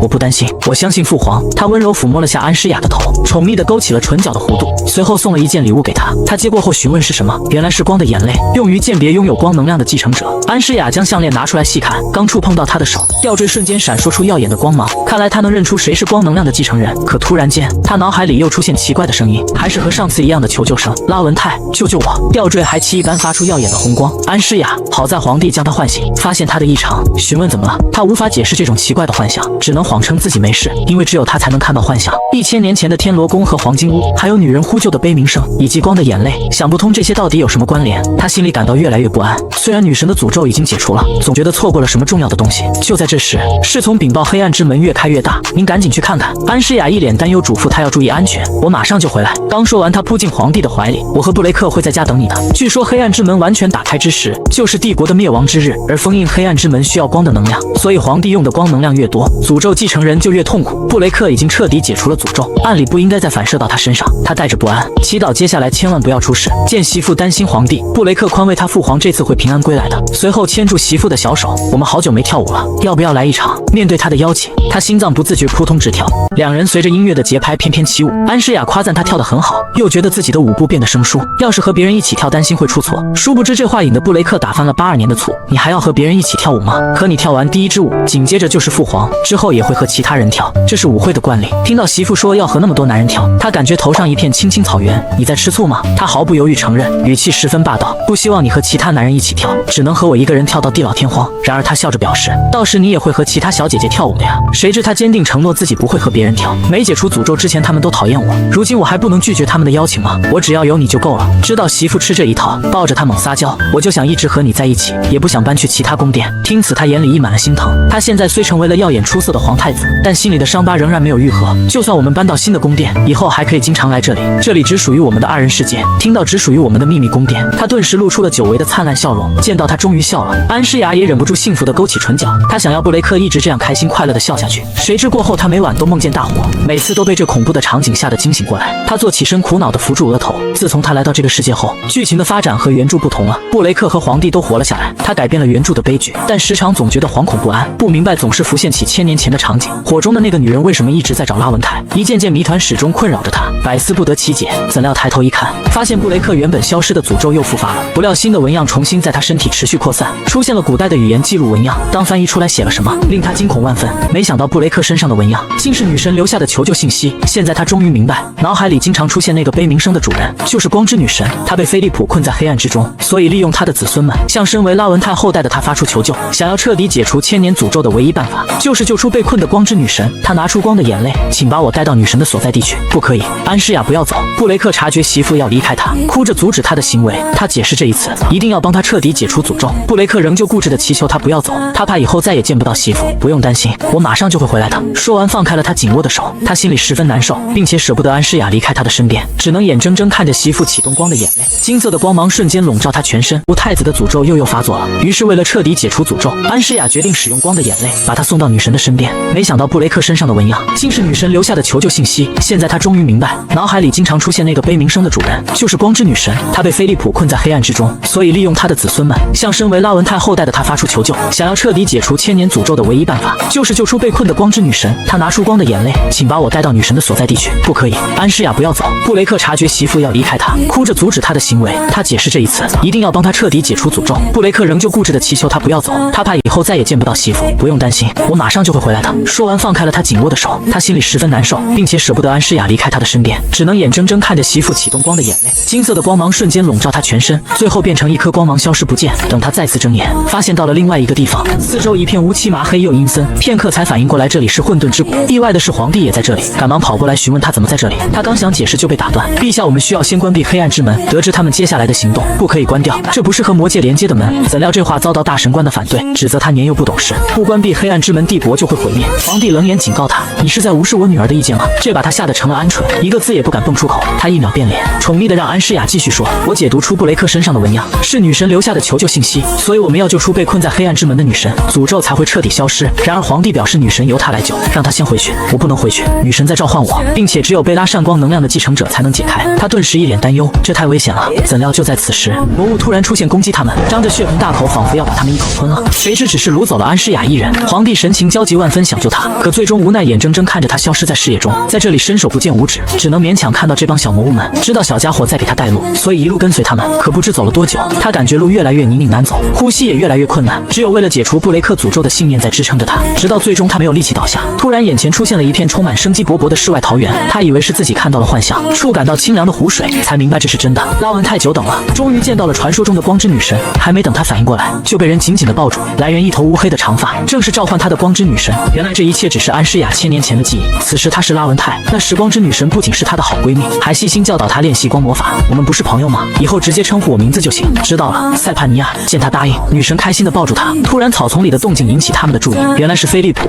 没错，菲利普就是理查德的转世，也就能解释为什么第一次见到他时有种强烈的抗拒感。伯爵大人在担心你，我们快回去吧。他表示拒绝，今天要跟小姐妹一块玩。怎料他竟主动和女神搭讪，见到您很荣幸，我叫菲利普。然而女神见到他后却心动不已。当时安诗雅怎么也没想到菲利普会故意招惹光之女神。没过多久，他俩就坠入了爱河。就这样无忧无虑过了几年，他们都成年了。你的头发可真柔软，就像黑色的绸缎一直顺滑。然而女神夸赞他头发也好看，罗舒尔应该会很喜欢。一提到自己的心上人，他的脸止不住火辣辣的，不明白他怎么知道。我看你俩的眼神总是眉来眼去的，越说他的脸就越红。解释只有自己单相思，罗舒尔皇子只是把他当成朋友看待，他能理解单恋有多辛苦，可他觉得女神在开玩笑，正在热恋中的人怎么能体会到？现在回想起当时的塞帕尼亚，已经察觉到菲利普对他不是真心的。罗舒尔身为帝国最强的骑士，总是四处征战讨伐魔物，因此累积赫赫战功。听说很快就会被册封为皇太子。当他听到这个消息，觉得他们之间距离变得越来越远，劝自己尽快早点死心。就在此时，罗舒尔突然出现在眼前，表示有话要对他说。然而他却心灰意冷，恭喜他即将成为皇太子，以后你会很忙，不用亲自过来找我了。男人反而温柔拉住他的手，霸道的让女孩看着他，注视他时心脏不禁扑通直跳。你愿意嫁给我吗？没想到他们相爱了1000年。安诗雅通过光的能量恢复了1000年前的记忆。此时布雷克的前世罗舒尔正向安诗雅的前世拉文泰述说着爱意之情。自从我第一次见到你就喜欢上你了，只是一直把这份感情埋藏在心底。他有些惊讶，不确定再询问了一次，你说你喜欢我？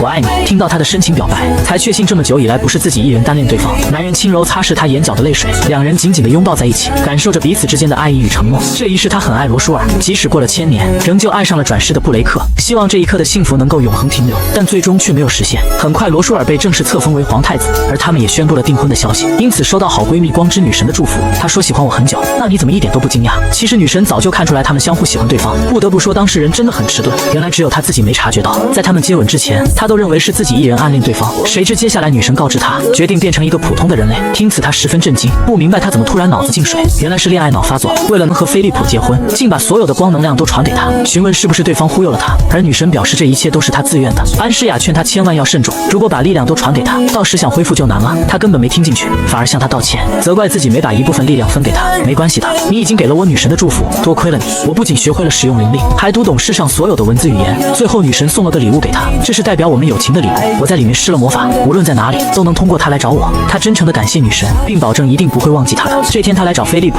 两人都一同恭喜对方即将要结婚，然而反应却是截然相反，一个语气酸溜溜，另一个开心到面红耳赤。你终于要成为皇太子妃了。此话让他心里很不舒服，好像是他为了成为太子妃才选择罗舒尔似的。于是他直言不讳，你也知道我喜欢皇太子许久，他对我真的很好。他不明白菲利普为什么这么讨厌罗舒尔，但作为朋友，还是真诚地邀请他和塞帕尼亚一起来参加他的婚礼。然而当他询问起他们的结婚日期，这件事和你没关系，这把安诗雅给气得要死。这一对是相互喜欢对方，而另一对女神则是个妥妥的恋爱脑，为了能和菲利普结婚，竟甘愿把自己的女神之力传给他。安诗雅得知后找到菲利普，他始终觉得这件事很异常。我听说塞帕尼亚要把光之力量传给你，可以帮忙劝说他改变主意吗？因为怕他失去所有的力量，从而导致身体吃不消，好不容易才哄骗女神把力量传给他，傻子才会把到嘴的鸭子给放飞。你是怕我比罗舒尔变得更加强大吧？安诗雅不明白他的意思，他没有多做解释，便转身离开。谁知当晚，女神误会他找菲利普挑拨他们之间的关系，质问他为什么这样做，这令他莫名其妙，不知发生了什么事。自那天后，就再也没见过他，就连他的婚礼女神也没有出席，而他的婚礼最终也没能顺利举行。怎料皇室开始蔓延了可怕的疫症，身为光之女神的塞帕尼亚和拥有女神力量的菲利普也许能够治疗，但始终没有他们的任何消息。他和罗舒尔一直寻找着治疗疫症的方法，但都无济于事。见他每日每夜的操劳，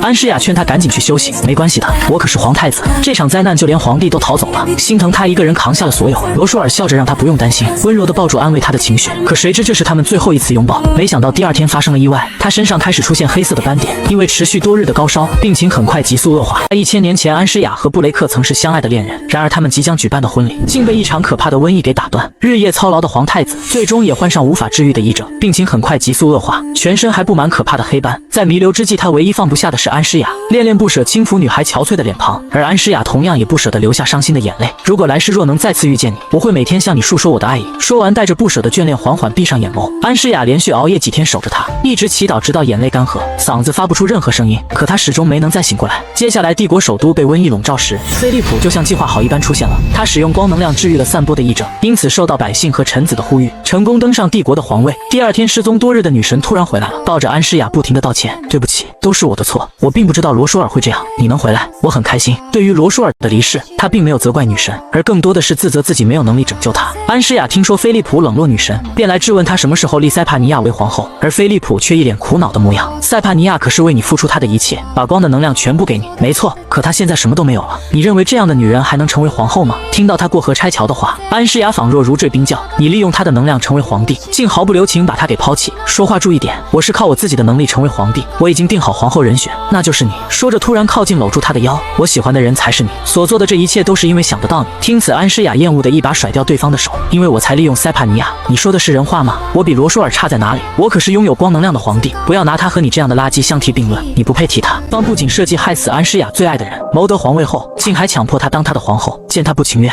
便把她囚禁在满是黄金宝石制成的宫殿中，直到她松口成为他的人为止。这个所有人都向往的地方，可对于安诗雅来说，却只是个金碧辉煌的牢笼而已。这天，菲利普来到安诗雅的宫殿中，他恼羞成怒，质问菲利普：为了成为皇帝，你杀了罗舒尔，还牺牲那么多无辜之人，难道你觉得我会原谅你吗？所以你更应该选择我才对。你知道我这么多秘密，却还一直留你一命，就凭这点，你应该感激我才对。说着，大步向前，将他揽在怀里，而安诗雅恼怒，一把推开他，厉声呵斥道：你给我出去！我倒要看看你还能坚持到什么时候，我还会再来的。说完便转身离开，他气得浑身颤抖，暗骂他就是个疯子。就在此时，塞帕尼亚从窗户飘了进来，告知安诗雅菲利普已经宣布将她立为皇后。心死的他决定按照安诗雅所说的去做，他要从菲利普那里夺回光能量。可以把之前我给你的光祝福还给我吗？听此，安诗雅紧紧握住他的手，闭上眼眸，把光之祝福传送给女神。塞帕尼亚真诚地感谢他，并承诺一定会把光能量找回来，把他救出去。安诗雅把祝福还给塞帕尼亚，本以为这可怕的噩梦终于要结束了，没想到这决定却酿成了更大的悲剧。皇宫突然起了大火，就在安诗雅被烟气呛得快不能呼吸时，菲利普满脸焦急打开门闯了进来，快跟我走，这里危险。而安诗雅却认为这场大火是他搞的鬼，见他不配合，他一把抱起安诗雅走出被火焰吞噬的宫殿，把她放在安全的别宫后，并关闭了大门，继续将她囚禁起来。他回头观察到这里是保存石板的实录馆，是记录皇室去世的人，其中罗舒尔的名字就在这其中。他伏羲在罗舒尔的石碑上思念着他，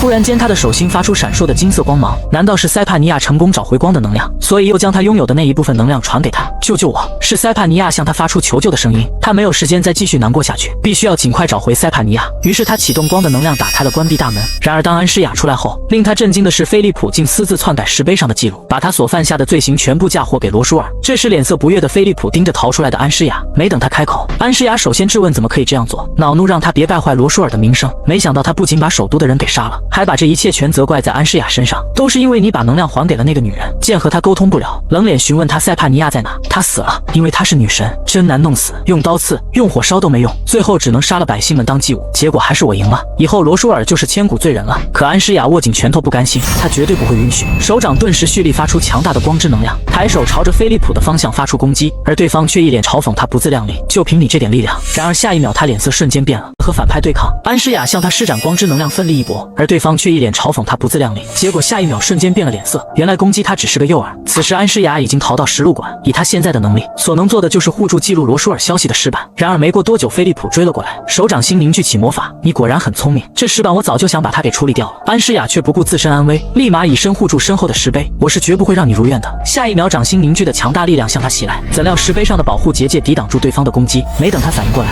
刚才的那股力量竟反弹攻向菲利普。原来安诗雅把所有的力量用在保护石板上，除了他，任何人都销毁不了石板。同时石碑上还记录着菲利普利用瘟疫成为皇帝的罪行，把菲利普气得咬牙切齿。你就那么喜欢罗舒尔，为了他的名誉垂死挣扎，到了这一刻你都没有一丁点反省的意思，这就是你和罗舒尔的最大差别。怎料接下来对方行为让安诗雅变了脸色，菲利普竟将这片土地全部烧毁，变成了一片无人能踏入的地方。换了新首都后，安诗雅被他囚禁在皇宫西部的一座塔里。此时菲利普来到塔里威胁安诗雅，你要是再试图逃走，你那些可爱的侄子们死掉也无所谓吧。闻言他一惊，祈求他不要这样做，那你就应该老实点，不然就乖乖成为我的人。你杀了我吧，这不就是你最擅长的吗？你很清楚我是不会杀了你的，因为我最爱的人是你，皇后的位置还空着呢，你就不要再挣扎着想要离开这里了，做我的妻子吧。因此安诗雅恼羞成怒，狠狠一把将他推开，斩钉截铁告知他，让我跟你结婚还不如让我去死。对方不怒，反倒喜欢他这泼辣的一面。等人走后，他不再支撑，跌坐在地，露出了鲜为人知脆弱的那一面。第二天，菲利普突然闯进来，激动质问他方法是什么？你一定知道，你和女神串通好给我难堪是吗？安诗雅不明白他话中的意思，察觉菲利普似乎已经精神失常，他的8个皇子和皇女都已经中了女神的诅咒去世，可他仍然不愿意相信这是塞帕尼亚所做之事。然而没想到，接下来菲利普为了掩盖自己的错误，竟杀掉自己的孩子，所以这次他不能再袖手旁观。就在他提着灯来到地宫时，女神突然给他传来求救信息，我好怕，你快来救救我！是塞帕尼亚的声音，你现在在哪里？我马上过去。突然他听到孩子的惨叫声，于是决定先去救6皇子。赶到时，菲利普正在给孩子施展魔法。身为女神，她被渣男陷害，被封印1000年，承受火焰灼烧之痛。而她的闺蜜安诗雅重生后，却和前世的恋人布雷克每天过得幸福快乐。产生嫉妒之心的她，为了让对方看清爱情的本质，竟强制2人互换了身体，让安诗雅带着这副丑陋的容貌出现在布雷克面前。前世只因菲利普失手击中了安诗雅，所以导致他的身体彻底毁掉。此时菲利普意识到安诗雅的身体状态很差，顿时满脸紧张，告诉我你有什么心愿，我都会满足你。他知道自己的生命即将结束，让菲利普帮他弄一些岩石回来。接下来他强撑着最后一口气，用魔法在石碑上记录着这些年发生的事，希望后世有人能发现这其中隐含的秘密。等做完这一切，他静静等待菲利普的到来，询问对方还爱他吗？当然爱你，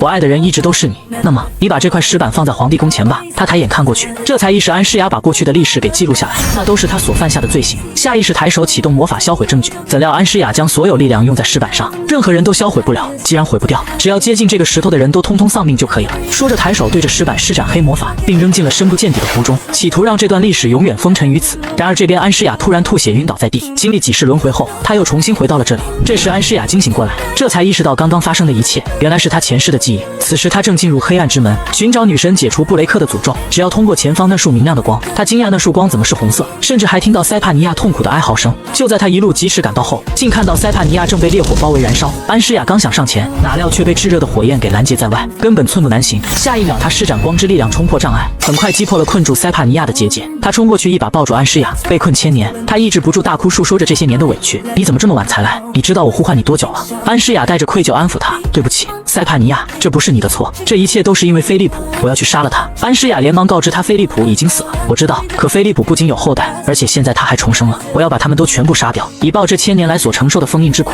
安诗雅连忙劝解他，这些人都是被菲利普给骗了，才对你进行封印。然而被仇恨蒙蔽双眼的他根本听不进去。更令他心里感到不平衡的是，我被困在这里过得如此痛苦，而你和布雷克却每天都过得幸福快乐。现在想想，自从他出现之后，你也变了。看来我得先杀了皇太子，这样你才会站在我这边吧。听此，安诗雅猛然一惊，不可以，他是我最爱的人，求你不要伤害布雷克。闻言，他顿时情绪失控。难道你为了这垃圾般的爱情背叛我们的友谊吗？这不是背叛，我只是想守护我喜欢的人而已。既然皇太子这么重要，你就替他交出你的性命吧。然而没想到安诗雅毫不犹豫答应了，只是让他不要伤害布雷克。塞帕尼亚听后绝望的捂脸笑了，于是下一秒便成全他的决定，并警告安诗雅，你一定会后悔你所做的这个决定。等再次睁眼时，他发现自己还活着，而眼前站着位白发红瞳、棱角分明的俊美男人。他知道是布雷克，可与布雷克不一样的是，虽然长相帅气，却有着让人难以接近的清冷气质。对方礼貌询问他的状况，你醒了？他刚想出声回答，却发现自己根本发不出声音，而且手上还布满了丑陋的伤疤，甚至连头发也不是金色的。这到底是怎么回事？明明心爱之人就在眼前，他却不能相认，只因安诗雅被迫与女神互换了灵魂，甚至还毁了容貌。而曾经那个丑陋的小哭包，现如今长成高大俊美的皇太子。安诗雅开口想要回答他，发现自己竟发不出声音，疑惑他怎么突然在塞帕尼亚的身体里。这时一旁的下属出声提醒，殿下，我们该出发了。从他们的谈话中，这才得知已经过去7年，现在的布雷克18岁，他20岁，而布雷克这些年一直坚持不懈地寻找安诗雅。埃德温劝解他到了该放下的时候，皇太子妃殿下应该也希望。话未说完，布雷克拔剑抵住他的颈脖，冷脸警告他不要说些不该说的话。就在此时，一双小手推了推他的后背，对着他使劲摇了摇头，意思是再怎么生气也不能这样对待埃德温。布雷克带着探究的眼神审视着眼前陌生女子奇怪的行为，下一秒突然一把拽住她的手，把人拉到面前仔细观察她的长相，似乎在寻找着什么。殿下，她只是一个什么都不知道的女人，我知道，我只是想跟她说几句话而已。听此，他这才告退，给二人留下独处空间。现在只剩下他和布雷克，心脏不免有些紧张。你是谁？你知道我对吧？他张了张嘴，很想回答他自己就是安诗雅，可喉咙却发不出声音。布雷克询问他是不是说不出话来，见他点了点头，于是伸出手掌，让他在自己的掌心写下名字。就在他想要比划时，却发现自己根本不记得这些文字，不仅是帝国语，还有其他国家的语言和文字，也通通想不起来。布雷克见状，拍了拍他的肩膀，温柔安慰：没事的，你应该是刚刚醒来，所以还没有想起来。对方的声音和儿时布雷克的一样温暖，这是他日思夜想的声音，顿时有些哽咽，想要流泪。不过好在他及时忍住了。现在好些了吗？我去给你拿新的被褥，你就在这里休息吧。见他点了点头，这才转身离去。通过茶水的照应，现如今的他一头漆黑雪白的头发，蓝色的瞳孔，甚至连半张脸都是烧伤毁容。想不通自己的灵魂为什么会进入塞帕尼亚的身体。突然，一只小精灵出现在他眼前，只是对方飞的动作有点眼熟，难道是麻裤？小精灵很惊讶，他是怎么认出来的？我是女神大人的光碎片，今天过来是为了帮他传话。只见他拿出魔法棒，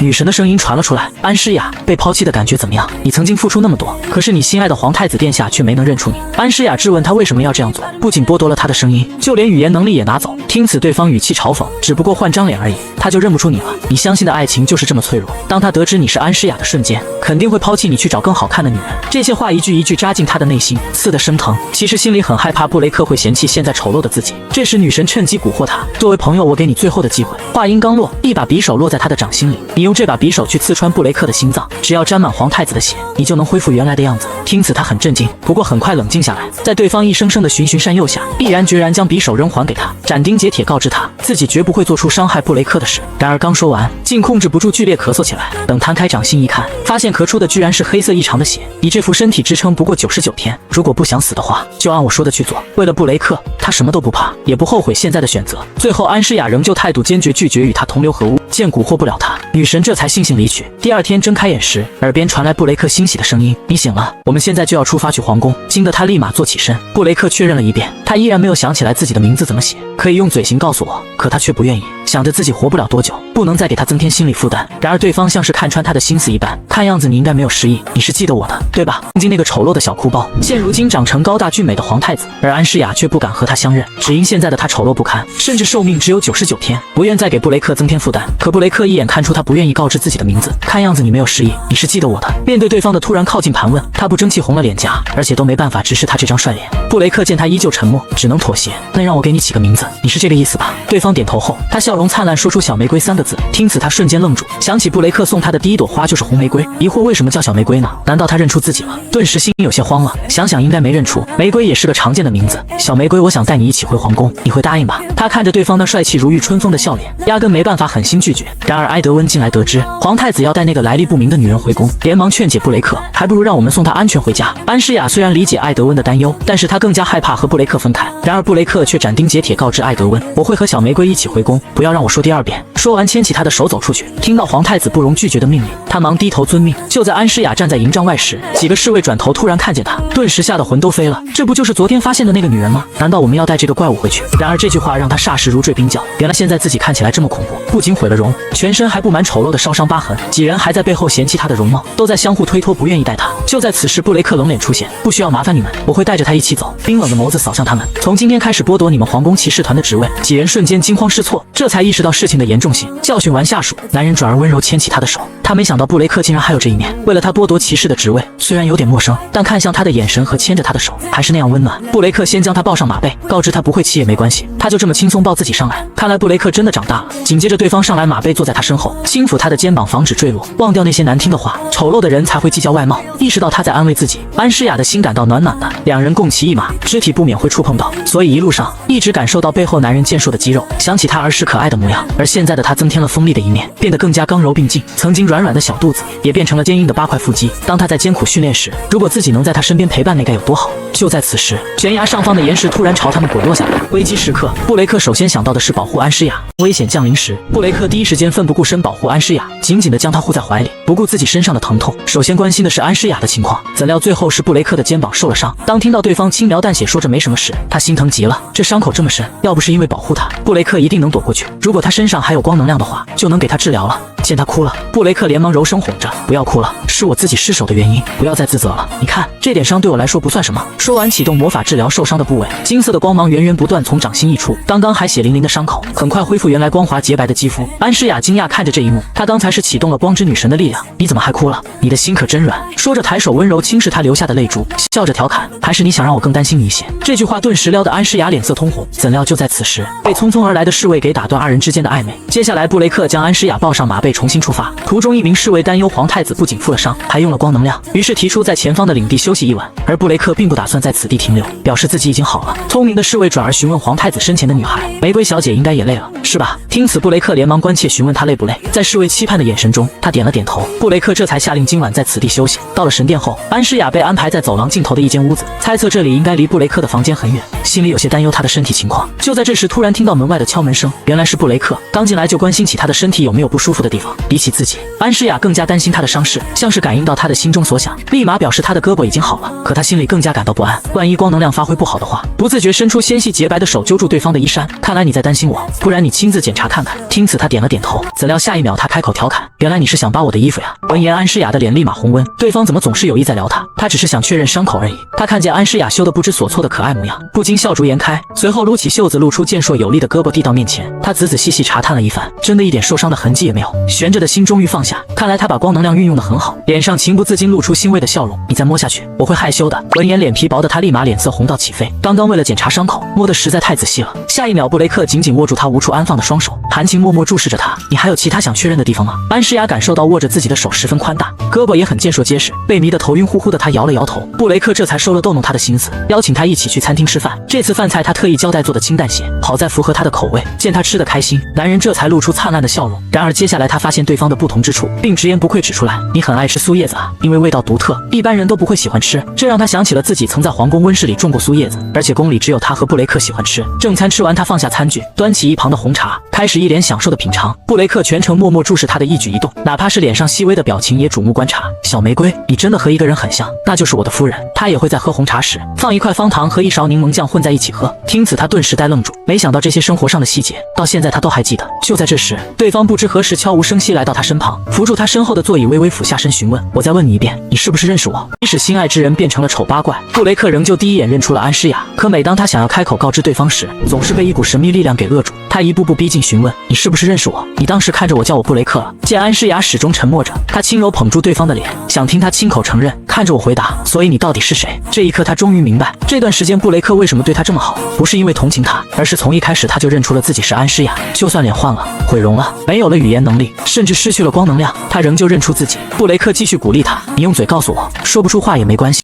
他沉默思索片刻，最终决定告诉对方。他刚要开口尝试说话时，怎料发生了意外，突然间身体感受到一股钻心的疼痛，下一秒晕了过去。见状，布雷克迅速将晕倒的他揽在怀里，满脸焦急担忧他的情况。最后通过检查只是体力不支，身体并没有其他异常。布雷克想不通他怎么变得这么脆弱，怜惜地握住他的手。就在这时，安诗雅醒了过来，布雷克急忙询问他的身体情况，见他并无大碍，这才放下惴惴不安的心，抬手温柔轻抚他的脸颊，庆幸他好在平安无事。在自己昏迷期间，他深刻地感受到对方给予自己的温暖。第二天，布雷克找到大神官，询问他有没有办法治疗多年烧伤疤痕的办法。他瞬间猜到治疗对象是殿下身边的那位银发女子，但他只能遗憾告知对方，殿下您的女神力量办不到的事，那么我也无能为力。经过布雷克彻夜不眠的照顾，安诗雅感受到身体好了许多。谁知就在此时，无意中从侍卫们口中得知布雷克要结婚的消息。话说戴安娜马上就要毕业了，为了找姐姐休学2年，他俩该不会结完婚，携手一起去寻找皇太子妃吧？也不能总是去找已经不存在的人。听到这里，他的心不免跌落谷底。自己消失了整整7年，这期间他们一定一起经历了只属于他们2人的故事。最终结果还是和戴安娜结婚，但也可能布雷克会有新的恋人呢，毕竟他都这么大了。就在他胡思乱想间，布雷克面带笑容来到他身边。我们走吧，马车已经准备好了。他注视着身侧的男人，对方对他无微不至的好，让他陷入两难的抉择。安诗雅突然甩开他的手，布雷克有些疑惑他的行为，却不知对方正在想办法疏远他，甚至已经做好随时离开他的准备。下一秒，布雷克又重新牵起他的手，温柔含情脉脉注视着他，像是除了他，心里再也装不下任何人。然而面对这样深情满是担忧的眼神，好不容易筑起的心理防线在一点点瓦解，没办法再狠心去甩开这双温暖的手，因自己毁了容貌。安诗雅无时无刻想着办法离开布雷克，可对方一眼看穿他的心思，并没有因为他丑陋的容貌而嫌弃他。自2人上了马车，布雷克细微观察出安诗雅的身体状况不太好，在我面前，如果身体难受的话可以说出来。他的手确实一直感到一股刺痛，但他并不想让布雷克担心。怎料接下来对方嘱咐他，无论别人说什么难听的话，你通通都不要听，因为你比任何时候都好看。说完牵起他的手，印下温暖的吻，目光从始而终含情脉脉注视着他，突然开口喊了一句安诗雅，而他被对方突如其来的3个字弄得浑身一僵。他那红瞳好似看破自己的一切秘密，2人之间都相互了解对方。安诗雅猜测他还没有完全确定，只是想看自己的反应才这么叫他。他和塞帕尼亚的预想恰恰相反，并没有因为他丑陋的外貌而抛弃他，但时间已然逝去，他的空位最终也会被戴安娜来填补。这种情况下绝不能承认他就是安诗雅，只因他现在这副身体撑不过今年。下定决心后，对于那句安诗雅他装傻充愣，询问那是谁，而布雷克却不打算就此结束。你不知道安诗雅是谁吗？他装作无知摇了摇头表示不知道，然而布雷克直接告诉他她是我的妻子。看着对方咄咄逼人的眼神，安诗雅没有再说什么，随后把头偏向一侧，避开他灼热的视线。可布雷克的目光始终定格在他的脸上，令他觉得这狭小的空间感到无比窒息，顿时有些懊悔不该跟随他一起乘坐马车回宫。想着这副身体撑不过100天，不想让布雷克看见他挣扎病痛的模样，徒增悲伤。可离开了布雷克，他还能去哪里？还没等实施，谁知对方一眼看破他心里的想法。看你那一副一定会离开的表情，我的夫人也经常露出和你一样的表情。虽然她承诺过一定会回来，但最终还是离开了。你不要想着离开我，我是不会再放你离开的。可我不是那女人。闻言，布雷克紧紧抓住她的手，似乎是防止她从身边逃跑。他的眼神里透露着无限希望，坚定重复了刚才那句话。他又一次沦陷在那双赤红的眼眸里，再也编织不了任何谎话来欺骗他。转眼很快到达了弗伦斯宫，所有人恭敬地等候迎接皇太子的归来，而安诗雅被宫殿的巍峨给惊艳到，这建造完全不输于皇宫，又刷新对布雷克新的认知，不愧是西大陆帝国唯一的皇太子殿下。布雷克下车后赶忙牵起安诗雅的手，笑容灿烂扶着她下了马车，随后二人并排朝着宫殿走去。这是他一直幻想要回来的地方，可接下来他该做出怎样的抉择？曾经貌美光鲜亮丽的太子妃，现如今却成为人人嫌弃的丑八怪，唯独只有布雷克对她始终和以前一样温柔，就连居住的宫殿还原封不动保留着7年前他在时的样貌。他既惊叹又感到很奇妙，明明自己的外貌声音甚至连光能量也没有了，但和布雷克在一起，似乎这一切都没有变化一样。突然这时一只小精灵窜了出来，原来她只是女神的传话筒。随后一道嘲讽刻薄的声音从一团朦胧的白雾中传来，顶替这副样子活着感觉怎么样？想不想摆脱这副人人嫌弃的丑陋样貌？可安诗雅并没有觉得丑，只是有些伤疤而已。但女神认为她死鸭子嘴硬，你难道不想回到原来貌美光鲜亮丽的身体里去？就因为皇太子给了你一点点同情就感动得稀里哗啦，最后还不是会抛弃你和其他女人结婚？他一定很嫌弃现在丑陋的你吧？他相信布雷克不是那样的人，别再自欺欺人了，人都是会变的。菲利普不是也在我烧伤毁容后把我抛弃了？听此，安诗雅顿时感到很惊讶，难道他忘了菲利普只是利用他得到女神的力量，而不是因为火伤才抛弃他？铺垫了这么多，女神这才说出此次的目的。作为朋友，我再给你最后一次机会，去杀掉皇太子，把这个让人恶心的帝国全都毁灭掉，只剩下我们2人活着就好。安诗雅听后立马愤怒拒绝，那是不可能的，人的生命这么可贵，我不能为了自己活着牺牲他们。然而女神却嘲笑他是个傻子，等我杀了皇太子，你就会跪下来求我恢复原样。说完咻一下消失在宫殿中。这时布雷克进来喊安诗雅去吃饭，他心不在焉，把手放在对方伸来的手心里，心中担忧着塞帕尼亚接下来会对布雷克做什么。可他实在舍不得再放开这双温暖的手，也不想再失去这张明媚的笑脸，就算自己活不了多久，也要守护好他。由于受到塞帕尼亚的威胁，于是决定在宫里再待一段时间。布雷克一旦空闲就陪着他，教他认字，给他读书听。安诗雅只不过在纸上写下他起的名字，就遭到布雷克一顿猛夸，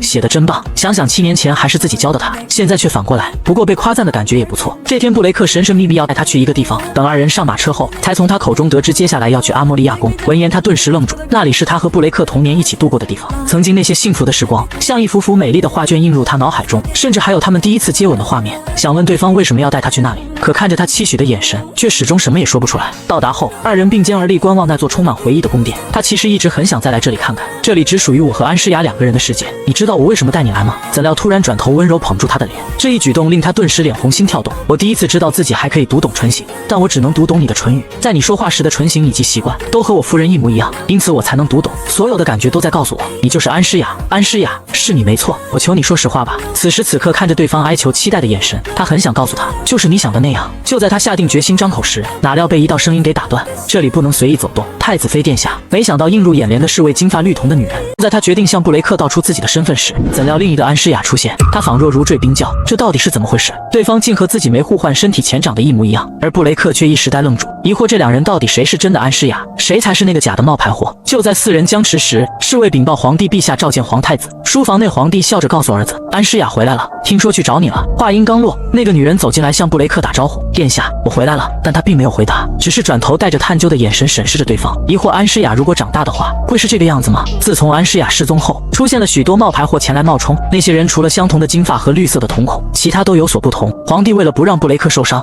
派眼线处理了那些冒牌货，但这是皇帝第一次留下主动找上门的人。他将视线移到一旁的理查德身上，冷脸质问他怎么在这里。从皇帝口中得知，是他发现安诗雅晕倒在他运营的孤儿院附近，并将她带回了皇宫。布雷克敏锐地察觉到这一切发生的巧合有些不对劲，还未来得及多想，手臂竟被一旁的女人给牢牢抱住。殿下，去我那里一起聊聊吧。然而布雷克却冷漠一把甩开他的手。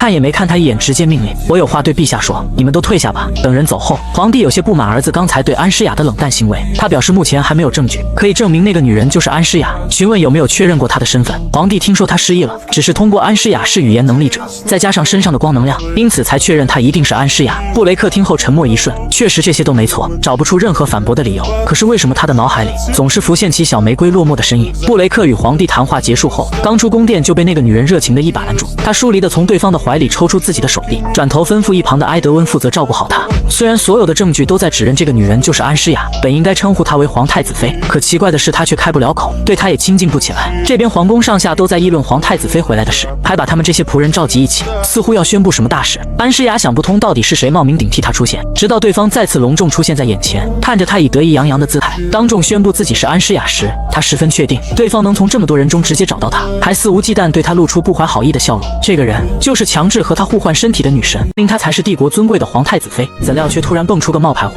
顶着她的皮囊冒充她身份，不仅以太子妃的身份欺压她，甚至还当着她的面堂而皇之勾引她最爱的人。最后布雷克能否识破两人之中谁才是真正的安诗雅？就在冒牌货向众人宣布自己是安诗雅后，看向他的目光竟是挑衅的笑容。这一刻，安诗雅瞬间认出她就是强制与自己互换身体的女神。这时她提出想要参观一下宫殿，一旁的侍女自告奋勇：“我来带您参观。”“不，我想让那个白发女人带我参观，她看见我都没有行礼。”怎料对方指明让她带路。侍女委婉解释：“玫瑰小姐并不是侍女，是太子殿下的客人。”可冒牌货傲慢指明就是要她，就是因为我突然回来，所以无视我是吗？我身为皇太子妃，这个要求很过分吗？就在此时，安诗雅面无表情举起手示意拿来纸笔，随后她在纸上写下自己想要表达的意思，最后通过侍女宣读：“玫瑰小姐答应您的请求。”一路参观时，得知皇太子的寝殿，她刚表示想进去看看，谁知竟被侍女给拦住。要进入寝殿，必须要获得皇太子殿下的允许，于是气呼呼询问隔壁的房间。得知是安诗雅正在住的贵宾室，突然毫无礼貌一把推开房门，这才转头假惺惺笑着询问一旁的房主人：“你能让我进来看看吗？”事已至此，他无奈点了点头。进屋后，浏览了一番里面华丽的装饰，语气不善对他说：“你自己一个人住这么好的房间，而且就在皇太子的隔壁，你觉得这一切合理吗？塞帕尼亚，你到底想做什么？为什么换了我们的身体？”女神没想到他这么快识破自己的身份，下一秒快步走向安诗雅，手指傲慢地指着她：“这次轮到你被抛弃了。真正的安诗雅出现了，他们还会顾及你吗？我之前给过你那么多次机会都放弃了，现在就算求我也没用，这副身体是我的。”而你即将会被皇太子抛弃，这样你们俩都会悲惨的死去。令他没想到，在这种情况下，安诗雅首先关心他要对布雷克做什么。我们不是说好用我的命来换他们所有人的平安吗？怎料这话竟引起他的愤怒。其他人这么重要吗？是你马上就要结束了。失控发疯般用力扣住他的肩膀：“你求我啊，求我放你一条生路，把皇太子什么都扔一边，想想你自己。”哪料竟在此时听到一声敲门，原来是布雷克来找安诗雅。见此，塞帕尼亚一秒变脸，欢快地走上前迎接，而对方却嫌恶地拍开他即将伸来的爪子，冷脸质问他怎么在这里。这里可是小玫瑰的房间。他谎称是玫瑰小姐邀请的他，表示想要去她的住所看看。那你就去塞帕宫，安诗雅以前经常在那里待着。如果你真的失忆，去那里有助于你找回失去的记忆。那殿下送我去吧，我不想让骑士送我过去，那样我会想起可怕的回忆。我从黑暗之门掉下去时，周围一片黑暗，殿下我害怕。闻言，布雷克瞬间顿住，脸上流露出一丝心疼的神情。那黑暗之门中一片漆黑的记忆，明明是他的。布雷克再次甩开他过分亲昵的手后，这才答应去送他。谢谢殿下。他向他展露灿烂的笑颜，可就在转身之际，却一秒变脸，向身后的安诗雅露出邪恶得逞的笑容。见此，他心里警惕的咯噔一下，为保护最爱的人，他决定揭发冒牌货安诗雅。可就在他向布雷克告知自己真实身份时，怎料意外发生了。当得知冒牌货和理查德串通起来，便可以确定接下来布雷克会陷入危险之中，他绝对不能放任不管。于是下定决心去揭发那个冒充他的安诗雅，坦白自己的真实身份，打断他们俩的阴谋，才能保护布雷克的安危。就在赶路时，刚好迎面遇见回城的布雷克，对方关切他：“这么冷的天怎么还在外面待着？看样子是着急跟出来，你是有什么话要对我说吗？”说着温柔轻抚他的脸庞，只见他双手握住对方的大手，坚韧果敢地点了点头。就在他张开嘴，刚想向布雷克道出自己就是安诗雅时，可发觉那几个字怎么也说不出口，隐形之中像是有一双手在遏制住他的喉咙，全身就像被麻痹住一般。怎料下一秒他竟直接晕在布雷克的怀里。见状，布雷克焦急万分，不明白发生了什么事，匆忙抱起昏倒的他，打算送回房间。他努力地想说出口，可遏制的就越厉害。等再次睁开眼时，便见布雷克满眼担忧：“你今天出门累坏了吧？得好好休息。”“我没事的。”他强撑着身体不适坐起身，这才意识到，每当想要说出自己的身份时，身体就会变得僵硬无比。看来是塞帕尼亚为了不让他说出真相，给他设置了禁止，但他并没有因此放弃，而是想要通过书写的方式告知布雷克。可意外的是，他竟连一个字也想不起来。塞帕尼亚夺走了他的声音以及语言能力，究竟是要用他的身体做什么？这时布雷克发现他的异样，得知他想不起来怎么写字，却温柔安慰他：“没关系，看来是我教的不好，以后你慢慢就学会了，所以不要着急。可即便学会写字，依然不能解除禁止，也不能说出真相，这样下去布雷克就会陷入危险之中。”越想心里越着急，眼泪也瞬间夺眶而出。可布雷克反倒笑着哄他：“你还真像个宝宝呢？怎么这么容易哭泣？我的宝宝是个小哭包啊！说着抬手给他擦了擦眼泪，而他被当成宝宝哄，脸窘的瞬间爆红，最后忍无可忍，彻底爆发。我比殿下还大2岁呢！脱口而出后，这才意识到年龄不受限制可以说出来。而布雷克听后脸上抑制不住惊喜，原来你比我大2岁啊！因为安诗雅确实比他大2岁。小玫瑰，不要哭了，都没关系的。听此，他点了点头，心里感到暖暖的。第2天，他决定振作起来，他要想尽一切办法让大家得知塞帕尼亚是冒充的，而他才是真正的安诗雅。一直以来着装简朴的他，今天竟破天荒好好精心打扮自己，一头漆黑雪白的头发，搭配蓝色华丽的礼服和相呼应的首饰，那落落大方不卑不亢的气质拿捏得恰到好处。看到迎面走来的玫瑰，众人被这一幕给惊艳到，这才意识到她原来这么高贵漂亮，这气质好像曾经的皇太子妃殿下。